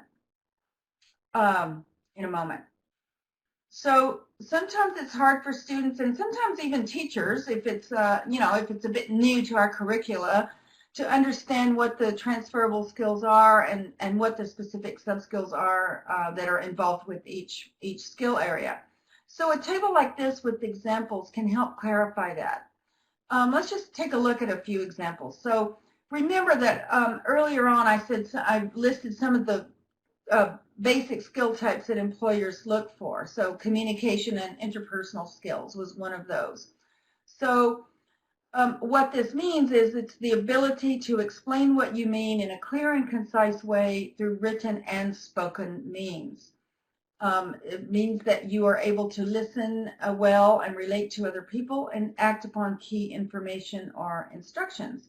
So this includes things like listening actively, speaking clearly and directly, empathizing with other people, so being able to put yourself in another person's shoes and understand what, where they're coming from, how they're feeling, what they're thinking. Establishing and using networks. This might be social networking online, or it might be professional organizations that you belong to, whatever. Or it might be community organizing of some kind. Being assertive and sharing information. Another example is problem-solving skills. So this is the ability to understand a problem by breaking it down into smaller parts, identifying key issues and implications, and identifying solutions. So this is the ability to apply your knowledge from a lot of different areas to do a task or solve a problem.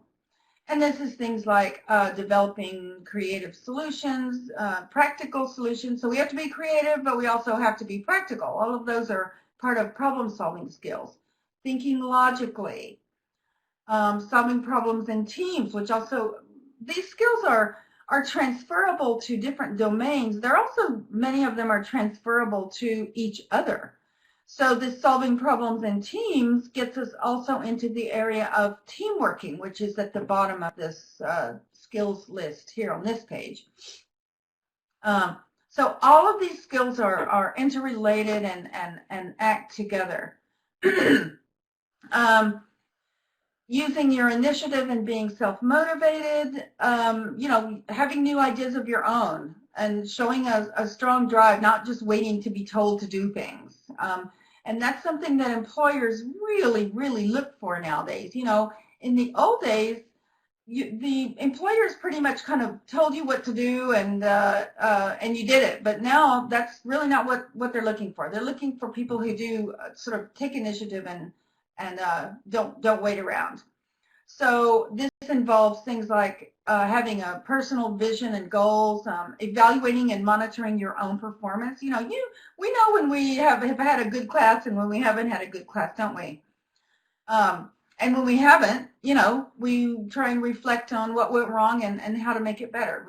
That sort of thing. Taking responsibility, for your own learning and for mistakes, all of that sort of thing.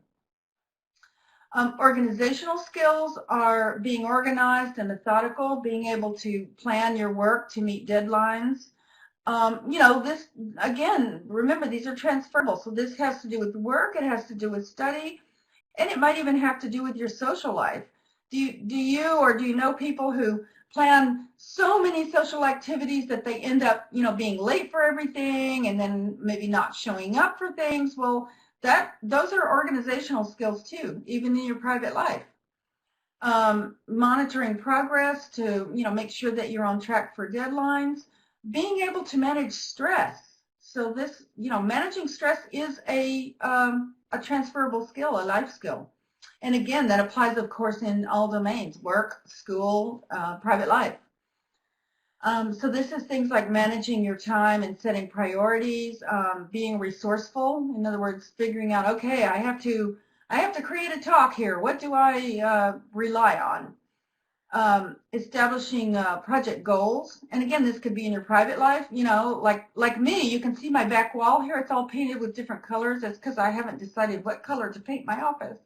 So one of my goals is finally get my office painted. Teamwork, well, you're familiar with that one. This is working well with other people, and this includes people from other disciplines, other backgrounds, different kinds of expertise, in order to, combine heads, and we say, 2 heads or 5 heads are better than one in order to accomplish a task or a goal. So this is things like working as an individual and as a team member. Knowing how to define roles. What is your role? Helping people in the team define their roles. Are you a leader or a follower? And that's fine, because you need both of those things on a team. Not everybody can be the leader, but somebody has to. Identifying the strengths of your own strengths and the strengths of your team members in order to assign roles better. Giving and receiving feedback, etc. The next slide just continues with this list. Learning and adaptation is being enthusiastic about your work, which I'm trying to be at 6 a.m. here in the morning. Being able to identify ways to learn from your mistakes. Again, this gets us back to that, if you have a class that doesn't go that well that day, you think, what went wrong here? Oh, I think that second activity was too long and the students lost interest here. So I think teachers are quite good at doing this, most of us, at being able to identify ways to learn from your mistakes. But, some people need help with this, because people can't always, admit their own mistakes. So this is things like managing your own learning. In other words, somebody doesn't have to tell you everything you need to learn. You get out there and do it.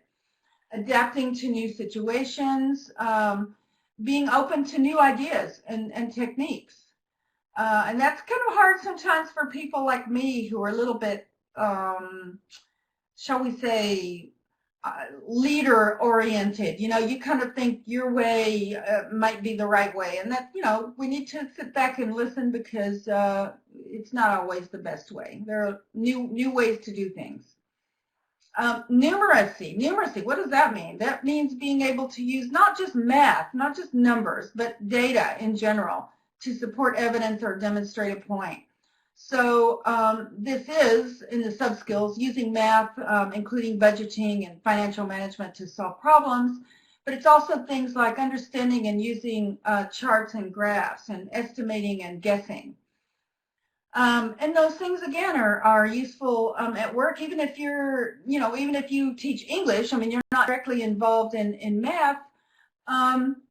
You do have to sort of manage sometimes statistics, about student progress and that kind of thing. We look at charts and graphs every day of different things in our life, things in the news, And we certainly have to budget, don't we? We have to budget time and budget money. So that's numeracy. Valuing diversity and difference. This is very important, of course, in countries that have, quite a mixed ethnic, racial, religious makeup, like the U.S. or the U.K. U.S. we don't always do it very well. But it's also, diversity also refers to just different, different opinions, people from different backgrounds. If you look in the sub-skills, working with people irrespective of differences in age, gender, race, religion, or political persuasion. Or just of people with different ideas. I may think there's one way to do something and you may have a really different opinion. But, we should value each other's opinion and take what's good from each one. Respecting cultural differences, of course, very, very important as well. I just glancing over here, I see that Svetlana wrote, it's about how to become perfect. Yeah, that's a good comment, Svetlana. Yes, maybe we'll all become perfect if we can use this information, and our students too.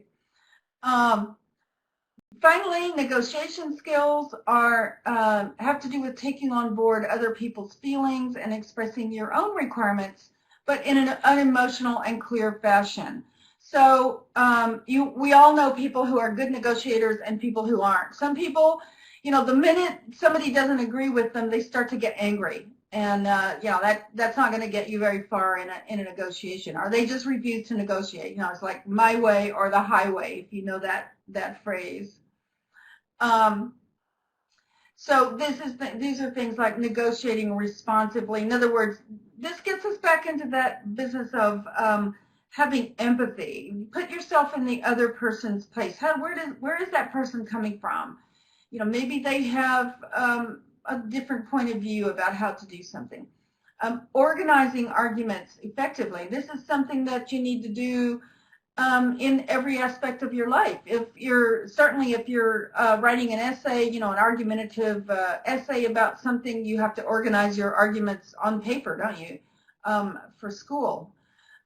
You may have to organize arguments at work. Maybe you're arguing about why the company should or should not do something. You've got to organize that.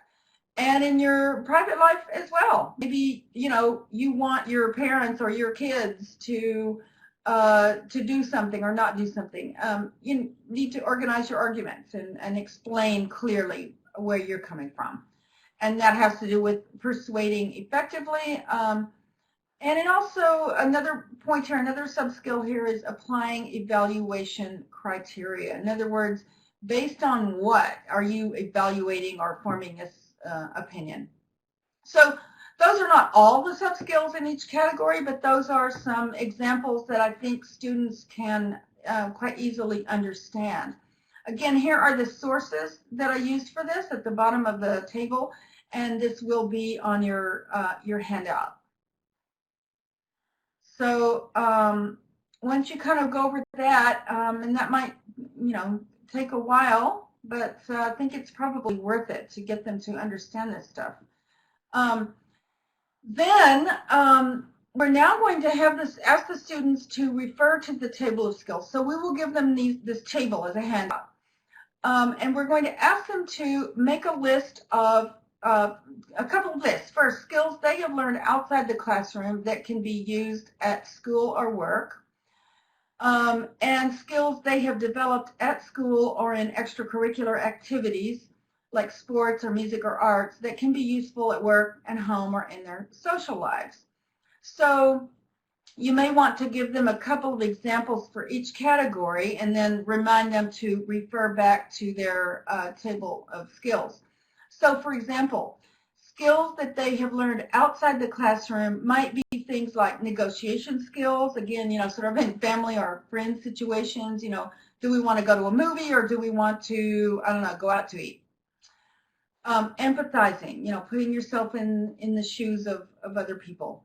Being assertive, working as a team member, maybe using math for budgeting, so numeracy skills, and there are lots of others. Skills that they have developed at school might be things like speaking clearly and directly, thinking logically, taking responsibility for their own learning, managing their time, working with different types of people, so teamwork,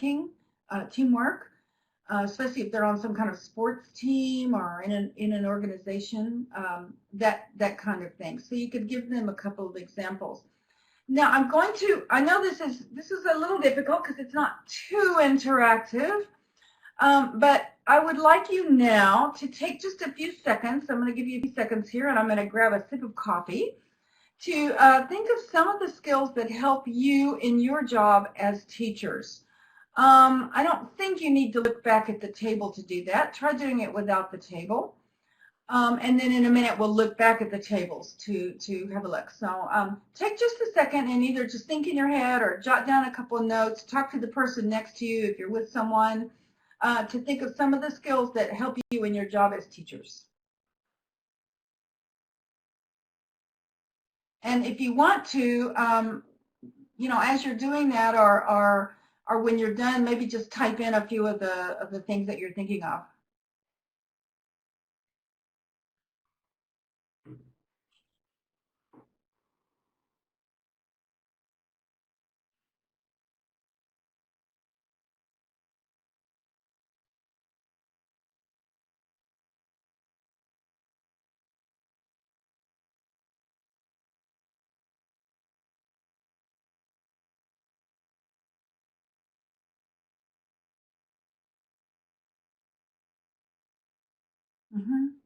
I'm seeing lots of different ideas, which is good.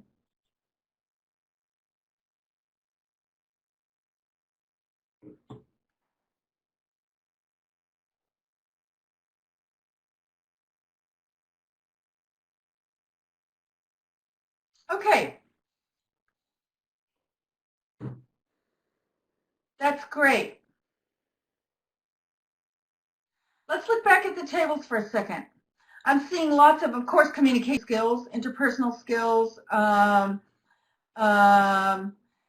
Someone wrote, Elena wrote, persuading effectively. See, that's very interesting because I think as teachers sometimes we don't realize how often we have to persuade, really. I mean, we're asking students to do things, but in a way, with the way that we teach, we're kind of persuading them to want to participate and to want to learn what we're asking them to learn, aren't we? So I think that's a good one.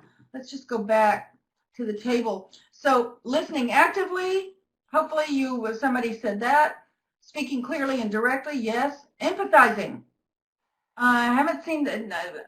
Do you think that's a good one? We need to try and empathize with our students and put ourselves in their place. One thing I try to think about for myself is, when is the last time that I tried to learn a language? I've spoken Spanish for many, like 40 years now. So it's easy to forget, and you guys who speak English very well, it's easy to forget what it's like not to understand, and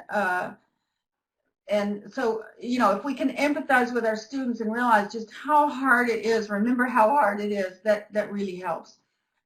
It's using networks. Networking is a very good thing for teachers to do, isn't it? Either again online or with the teachers that you work with. Being assertive. We certainly have to be. We have to be assertive, but without being bossy, and that can be hard. Problem solving. Somebody said being creative. We definitely do have to be creative, and we have to develop practical solutions. I'm not going to finish this lesson, so what do I do about that? Thinking logically, that kind of thing. In being self-motivated. You really have to be self-motivated to be a teacher, don't you? Because we have to get those lesson plans done, we have to get our grading done, and all of that on top of, having family time and all of that. Taking responsibility, of course, monitoring your own performance. Organizational skills. Well, we need all of those, don't we? Every single thing on the list of organizational skills. Teamworking. Just think about the teams. You're working with your academic team, in other words, the other teachers and directors where you teach, And you're also working with your students, and that's a different kind of team, where you're the team leader, but the leader doesn't necessarily tell everybody what to do all the time. So you have to have good team working and leadership skills. Giving and receiving feedback. Gosh, it's hard, isn't it? We have to give good constructive feedback to our students, even if they're not doing that well. And we also have to be able to take feedback, both from students sometimes and from our supervisors. So that's important, team working. Learning and adaptation, adapting to new situations. Boy, we have to think on our feet, don't we? You're halfway through the lesson, you realize there's no way you're going to finish this. They have a test tomorrow. Adapt, change it. Or an activity isn't working well. Drop it, change it in the middle of, in the middle of class. Sometimes you have to come up with something different, don't you? Being open to new ideas and techniques. Well, certainly you guys are, because here you are listening to a talk. Numeracy, we did talk about that a little bit. There are some things. Valuing diversity and difference. Well, certainly as teachers, we have to do that. We have all kinds of students from different backgrounds and in our classes, and we have to respect and value all of those people. And negotiation skills. We do negotiate. In a way, the whole student-teacher relationship is a negotiation, isn't it? I mean, I'm going to teach you, but I'm not going to sort of, I'm not going to be authoritarian, so it's a negotiation, really. I'm asking you to do certain things, and you're asking me to do certain things. And there are, some of you are writing, different skills. Someone wrote how to be actors. Yes, we do. We do have to be actors. And self-development, someone wrote being in constant progress. So that's very important as well. So good. Thank you for the participation. Even though it's always much nicer to have people face to face, I'll tell you that. But anyway, so that's the sort of thing we'll have students to brainstorm and do there.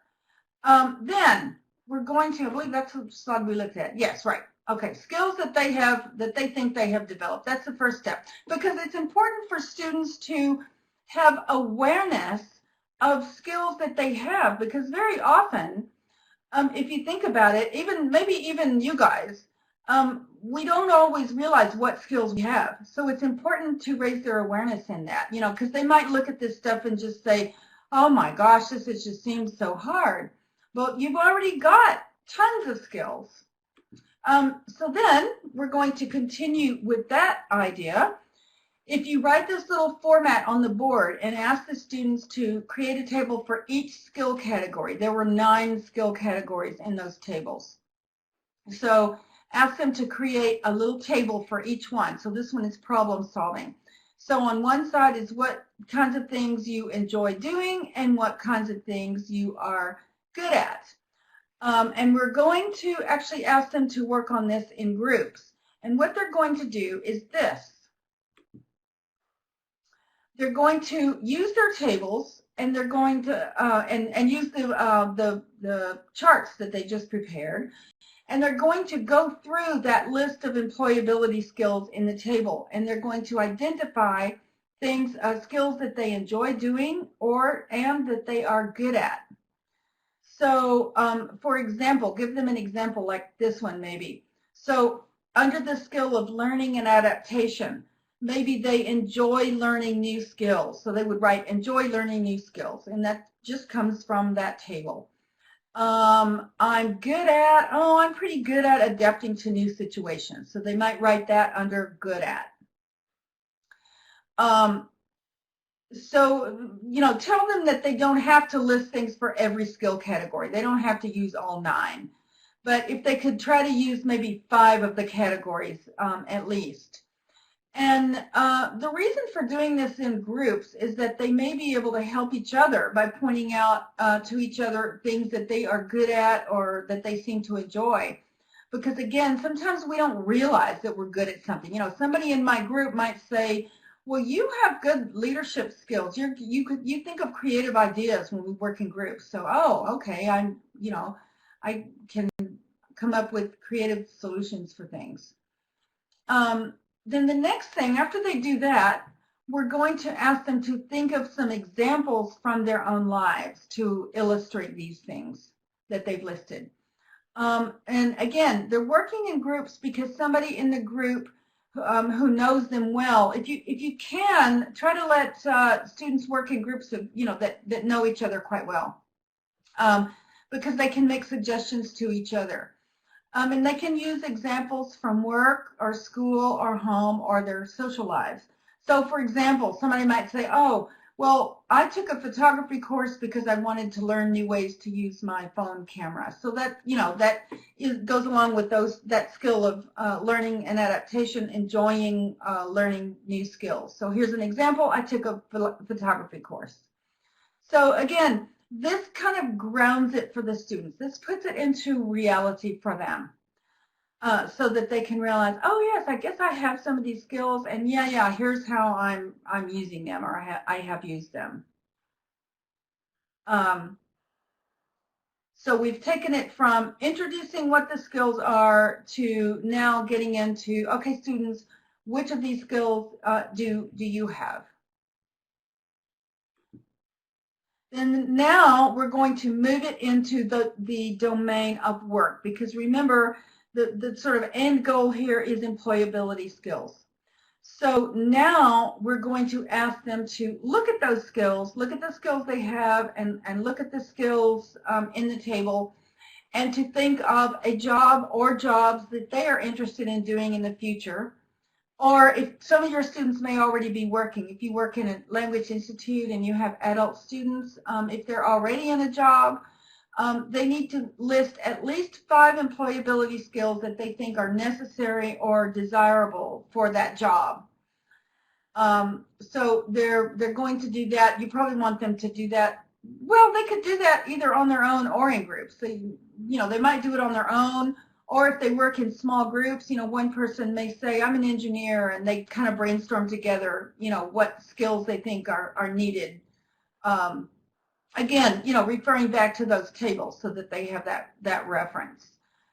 And then finally, step 8 here, the last step, we're going to ask them to work in groups if they're not already, and to discuss their ideas from step 7. So they're going to say what skills they came up with that they think are desirable for their job or jobs that they're interested in.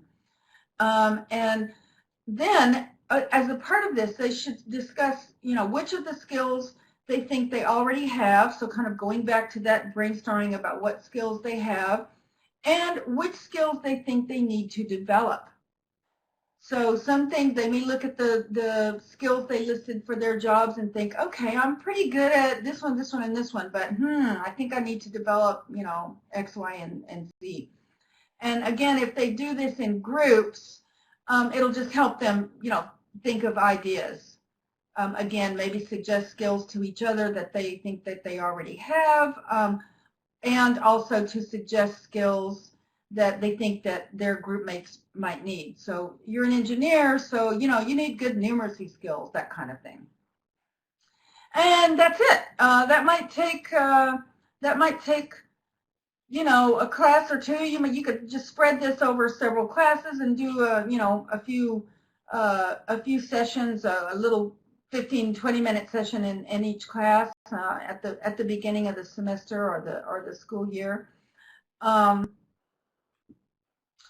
Why do this? Well, I mean, hopefully it's obvious, but anyway, the objective basically is to help students understand what the transferable skills are and why they're important, and to help them identify transferable skills that employers value.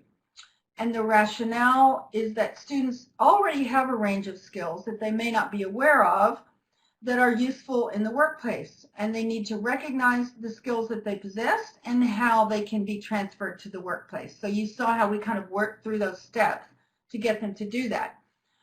Students need to understand this term employability skills in relation to the world of work, and they need to realize that certain skills are common to many types of work.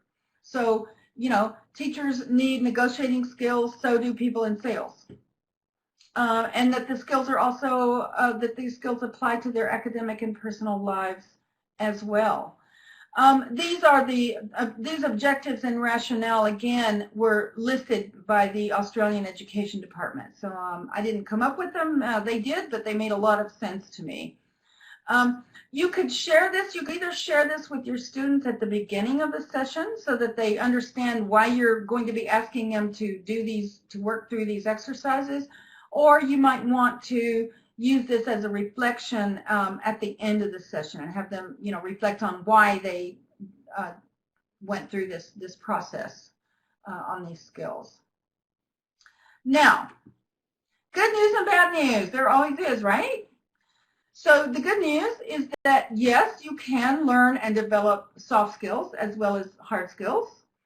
The bad news is that it can be harder because they're not as tangible. There's no easy measure of success with these things. So like hard skills, soft skills do require practice to make sure you're skilled at using them. But unlike hard skills, there are no exams to prove that you can do them. I've put this in bold, teachers, because we tend to want to measure everything, don't we? And I mean, with reason.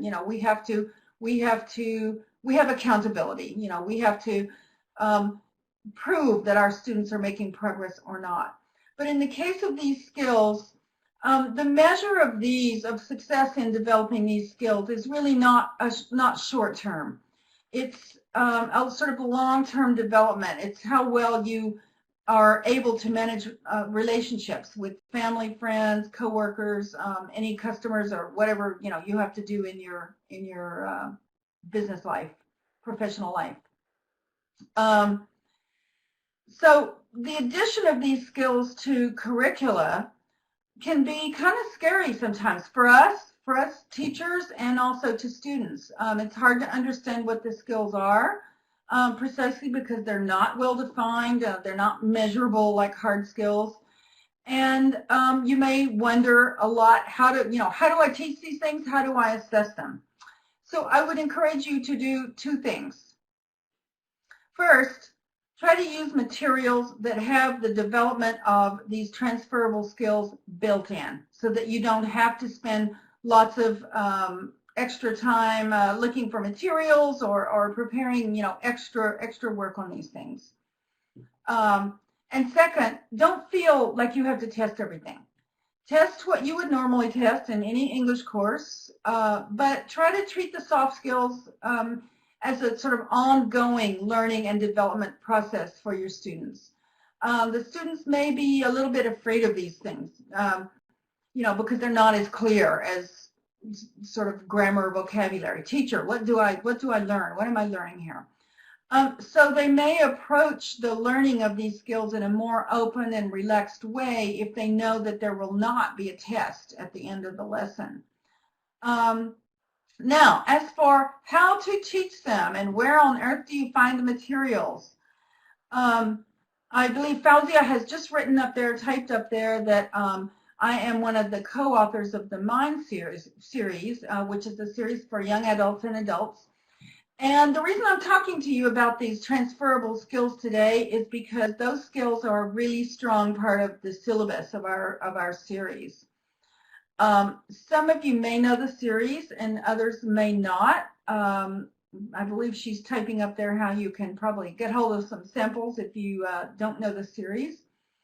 But I would like to show you just quickly how using materials with transferable skills can be built into your regular course materials. So if you'll bear with me, those of you who know the course already know this, but anyway, others may find it interesting. But you can integrate these skills in with your regular English curriculum by using materials that already do this for you. So Mind series, Fauzi, I hope it's okay that I'm showing these examples. So how can this help you? Transferable skills, soft skills, also called life skills. We call them life skills in the series. We have divided our transferable skills, employability skills, into 3 domains: self and society, study and learning, work and career. But remember that because they're transferable skills, they all relate, they all transfer to all of these categories or domains.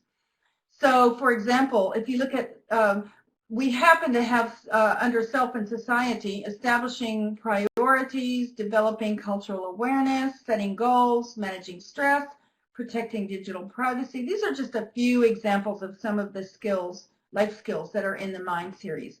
And if you think about it, establishing priorities, well, that's important in the academic domain and in the work domain, isn't it? So the way these are divided depends on the particular kind of topic of the unit. So if we have a unit that's about, I don't know, social activities, we might have establishing priorities in that context, but that obviously is a skill that transfers to the other domains, to study and learning and to work and career.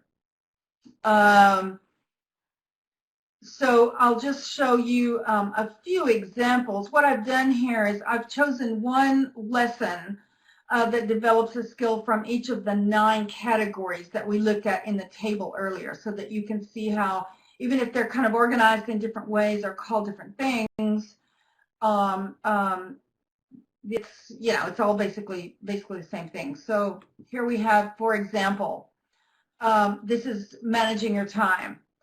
And now I'm not going to go through how each lesson works. We don't have time for that. But every unit in every level of the series ends with a life skills lesson.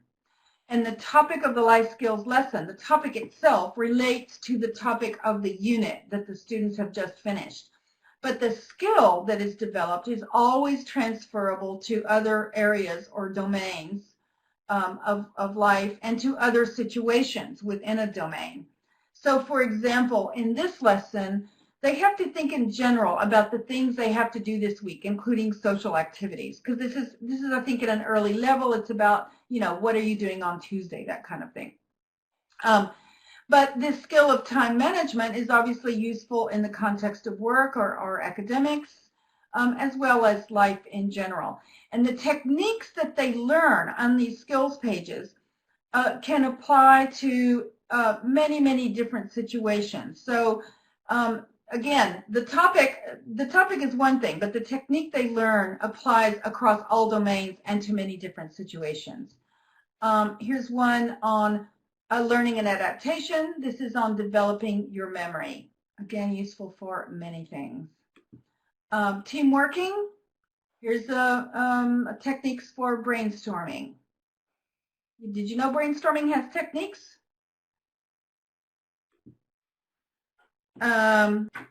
This one is valuing diversity and difference. This is understanding stereotypes. So if we understand stereotypes, we can avoid them, hopefully. Communication and interpersonal skills. This one is on building communities, and this talks about both online communities and kind of, you know, communities within your community where you live. Problem solving, thinking logically. I'm terrible at these puzzles, and this particular one involves thinking logically. It involves numeracy, you know, being able to sort of visualize things, use graphic information. I'm absolutely horrible at these, but maybe some of you are quite good at it. It's fun anyway, and this will help them develop these things because it gives them techniques. This one, numeracy. Here we go, understanding graphs. So as you can see, there aren't lots of numbers here, but it's, you know, understanding this graphic information. That's part of numeracy. This one is using your initiative and being self-motivated. So making personal change. How do I do that? Here are some techniques for changing things that you want to change in your life, whether it's, you know, work or school habits or social or whatever. Negotiation skills, persuading others. Very important. Now, I've already shown you one lesson from learning and adaptation, but I actually did want to include this one, recognizing and avoiding plagiarism. This is one of the upper levels of the Mind series. So, you know, they have a bit more, they have more language at this point. But these types of work and study skills are really, really important. This one is so serious, and it's quite difficult for our students to learn. So I did want to point out that we do give a lot of attention to these academic and work skills, because, you know, we have to avoid plagiarism in our work. Today, you know, I'm using ideas from other sources, and I had to credit those. They weren't my ideas, so we give credit. So it's important in work and in the study world. So that's about it. I hope that these materials for how to introduce this concept of employability skills to your students will be useful. If you are a director or a coordinator, you may find that these materials are also useful for introducing this to new teachers who are not that familiar with teaching this stuff. Again, I want to credit the University of Exeter and the Australian Education Department for these absolutely great materials and ideas. The handout will be posted. Fauzia, maybe you can explain where and how for anyone who wants to download that. I think we have a few minutes. If anybody would like to type in any questions, I'll try to answer them.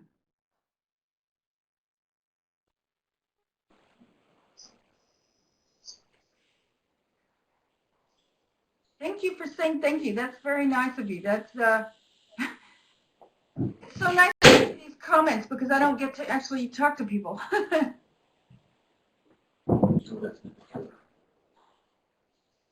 How can you cope with lazy students? Oh my goodness.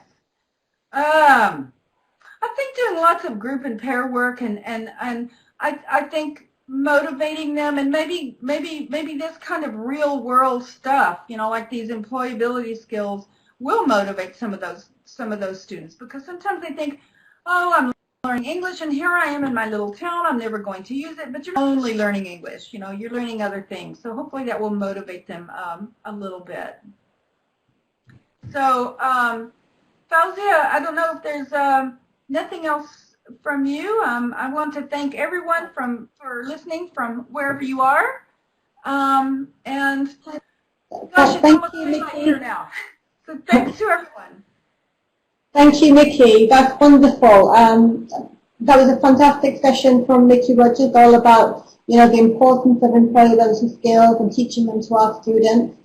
And, you know, also for teachers to be aware of these. So I hope you all enjoyed that. Now I'm here to tell you something about a fantastic new competition we have for students who are 18 years plus.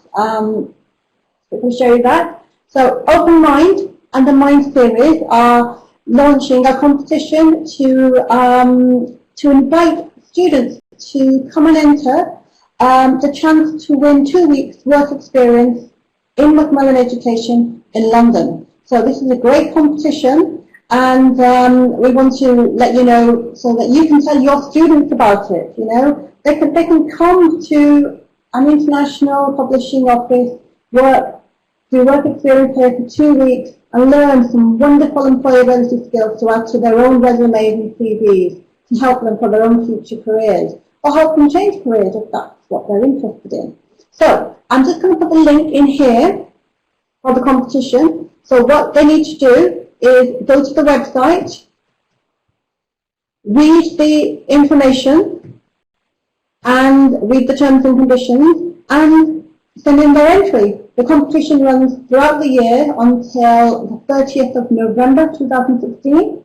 So there's plenty of time for them to enter, but, you know, encourage them. Put the poster on your wall, ask your rep for the poster, and tell your students all about this fantastic opportunity. And yeah, I hope that they're lucky. Thank you very much. I'm just posting the link in now. Thank you. And thanks will again that for making also, will that give them the link for how to get the handout? Yeah, the handout is just underneath the video, in fact. So if everybody now goes to the handout box, underneath where you see us and Mickey, you can download the employability skills handout from there.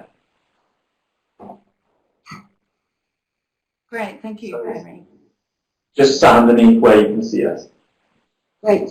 And I've just put the link for the competition. So let your students know about this. And if you're interested in the different life skills and employability skills that Mickey was referring to from the course material, check with your local representative or local office for Open Mind or the Mind series. And I hope you enjoyed the session today. Thank you very much again, Mickey. Thanks, Mickey. So see you again, I think 5 o'clock your time, is that right? That's correct. Yes. Yeah. See you then. See you later this afternoon. Bye. Bye, everyone. Bye. Bye.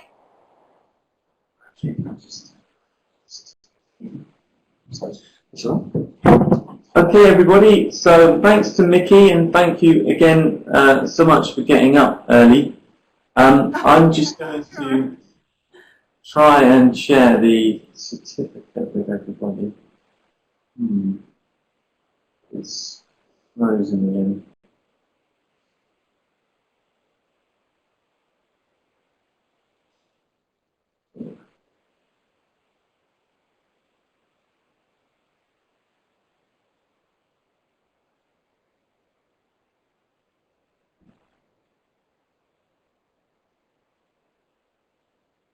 Hey, Henry?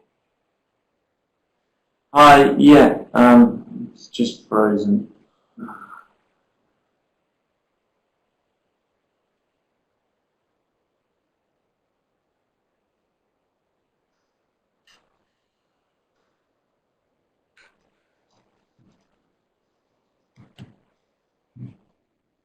Oh, someone's asking you to post the link because they couldn't download it,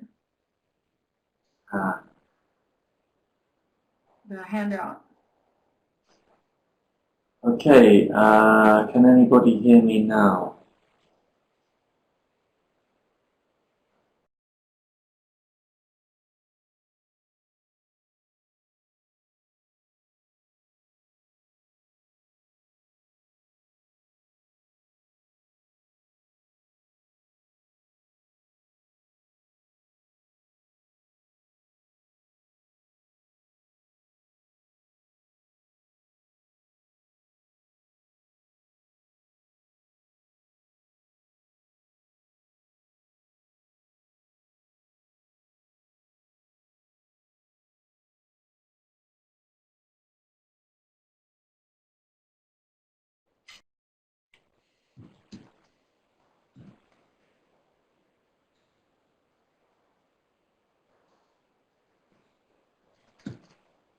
There is the link. Someone posted it there.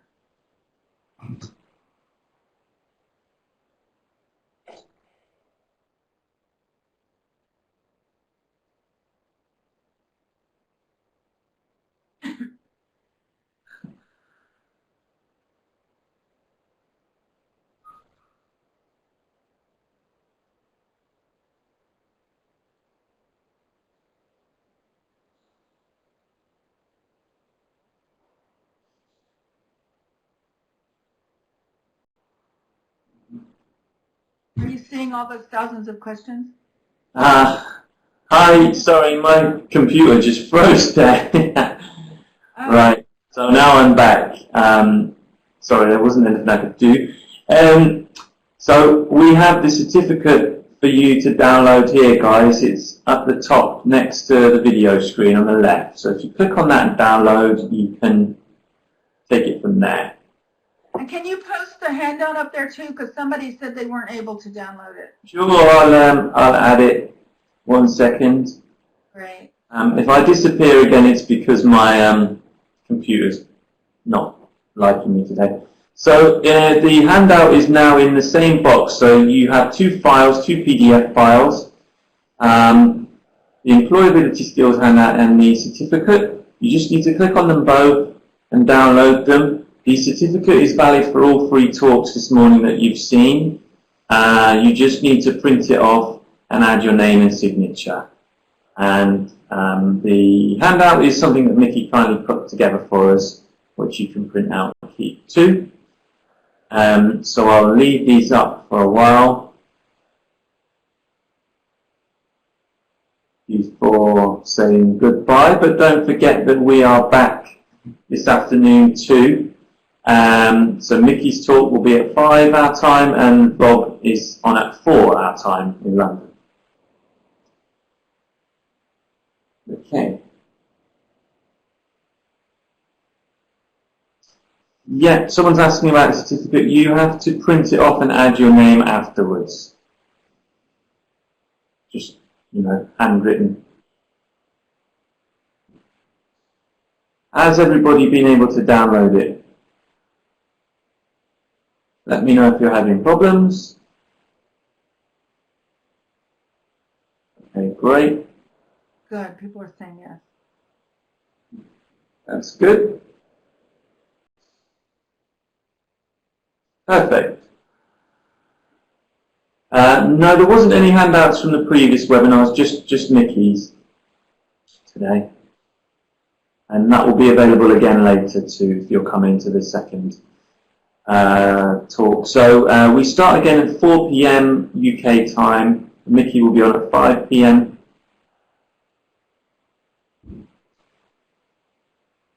Okay, so it looks as if most people have been able to manage that. So Mickey, I think you can log off now if you'd like, and I'll see you again in A while. how many? Just under 4 hours time. Yeah. Yeah. So Okay. it'll be the same link. Just Thanks click to on. everyone. Bye-bye. Thank you, Mickey. Cheers.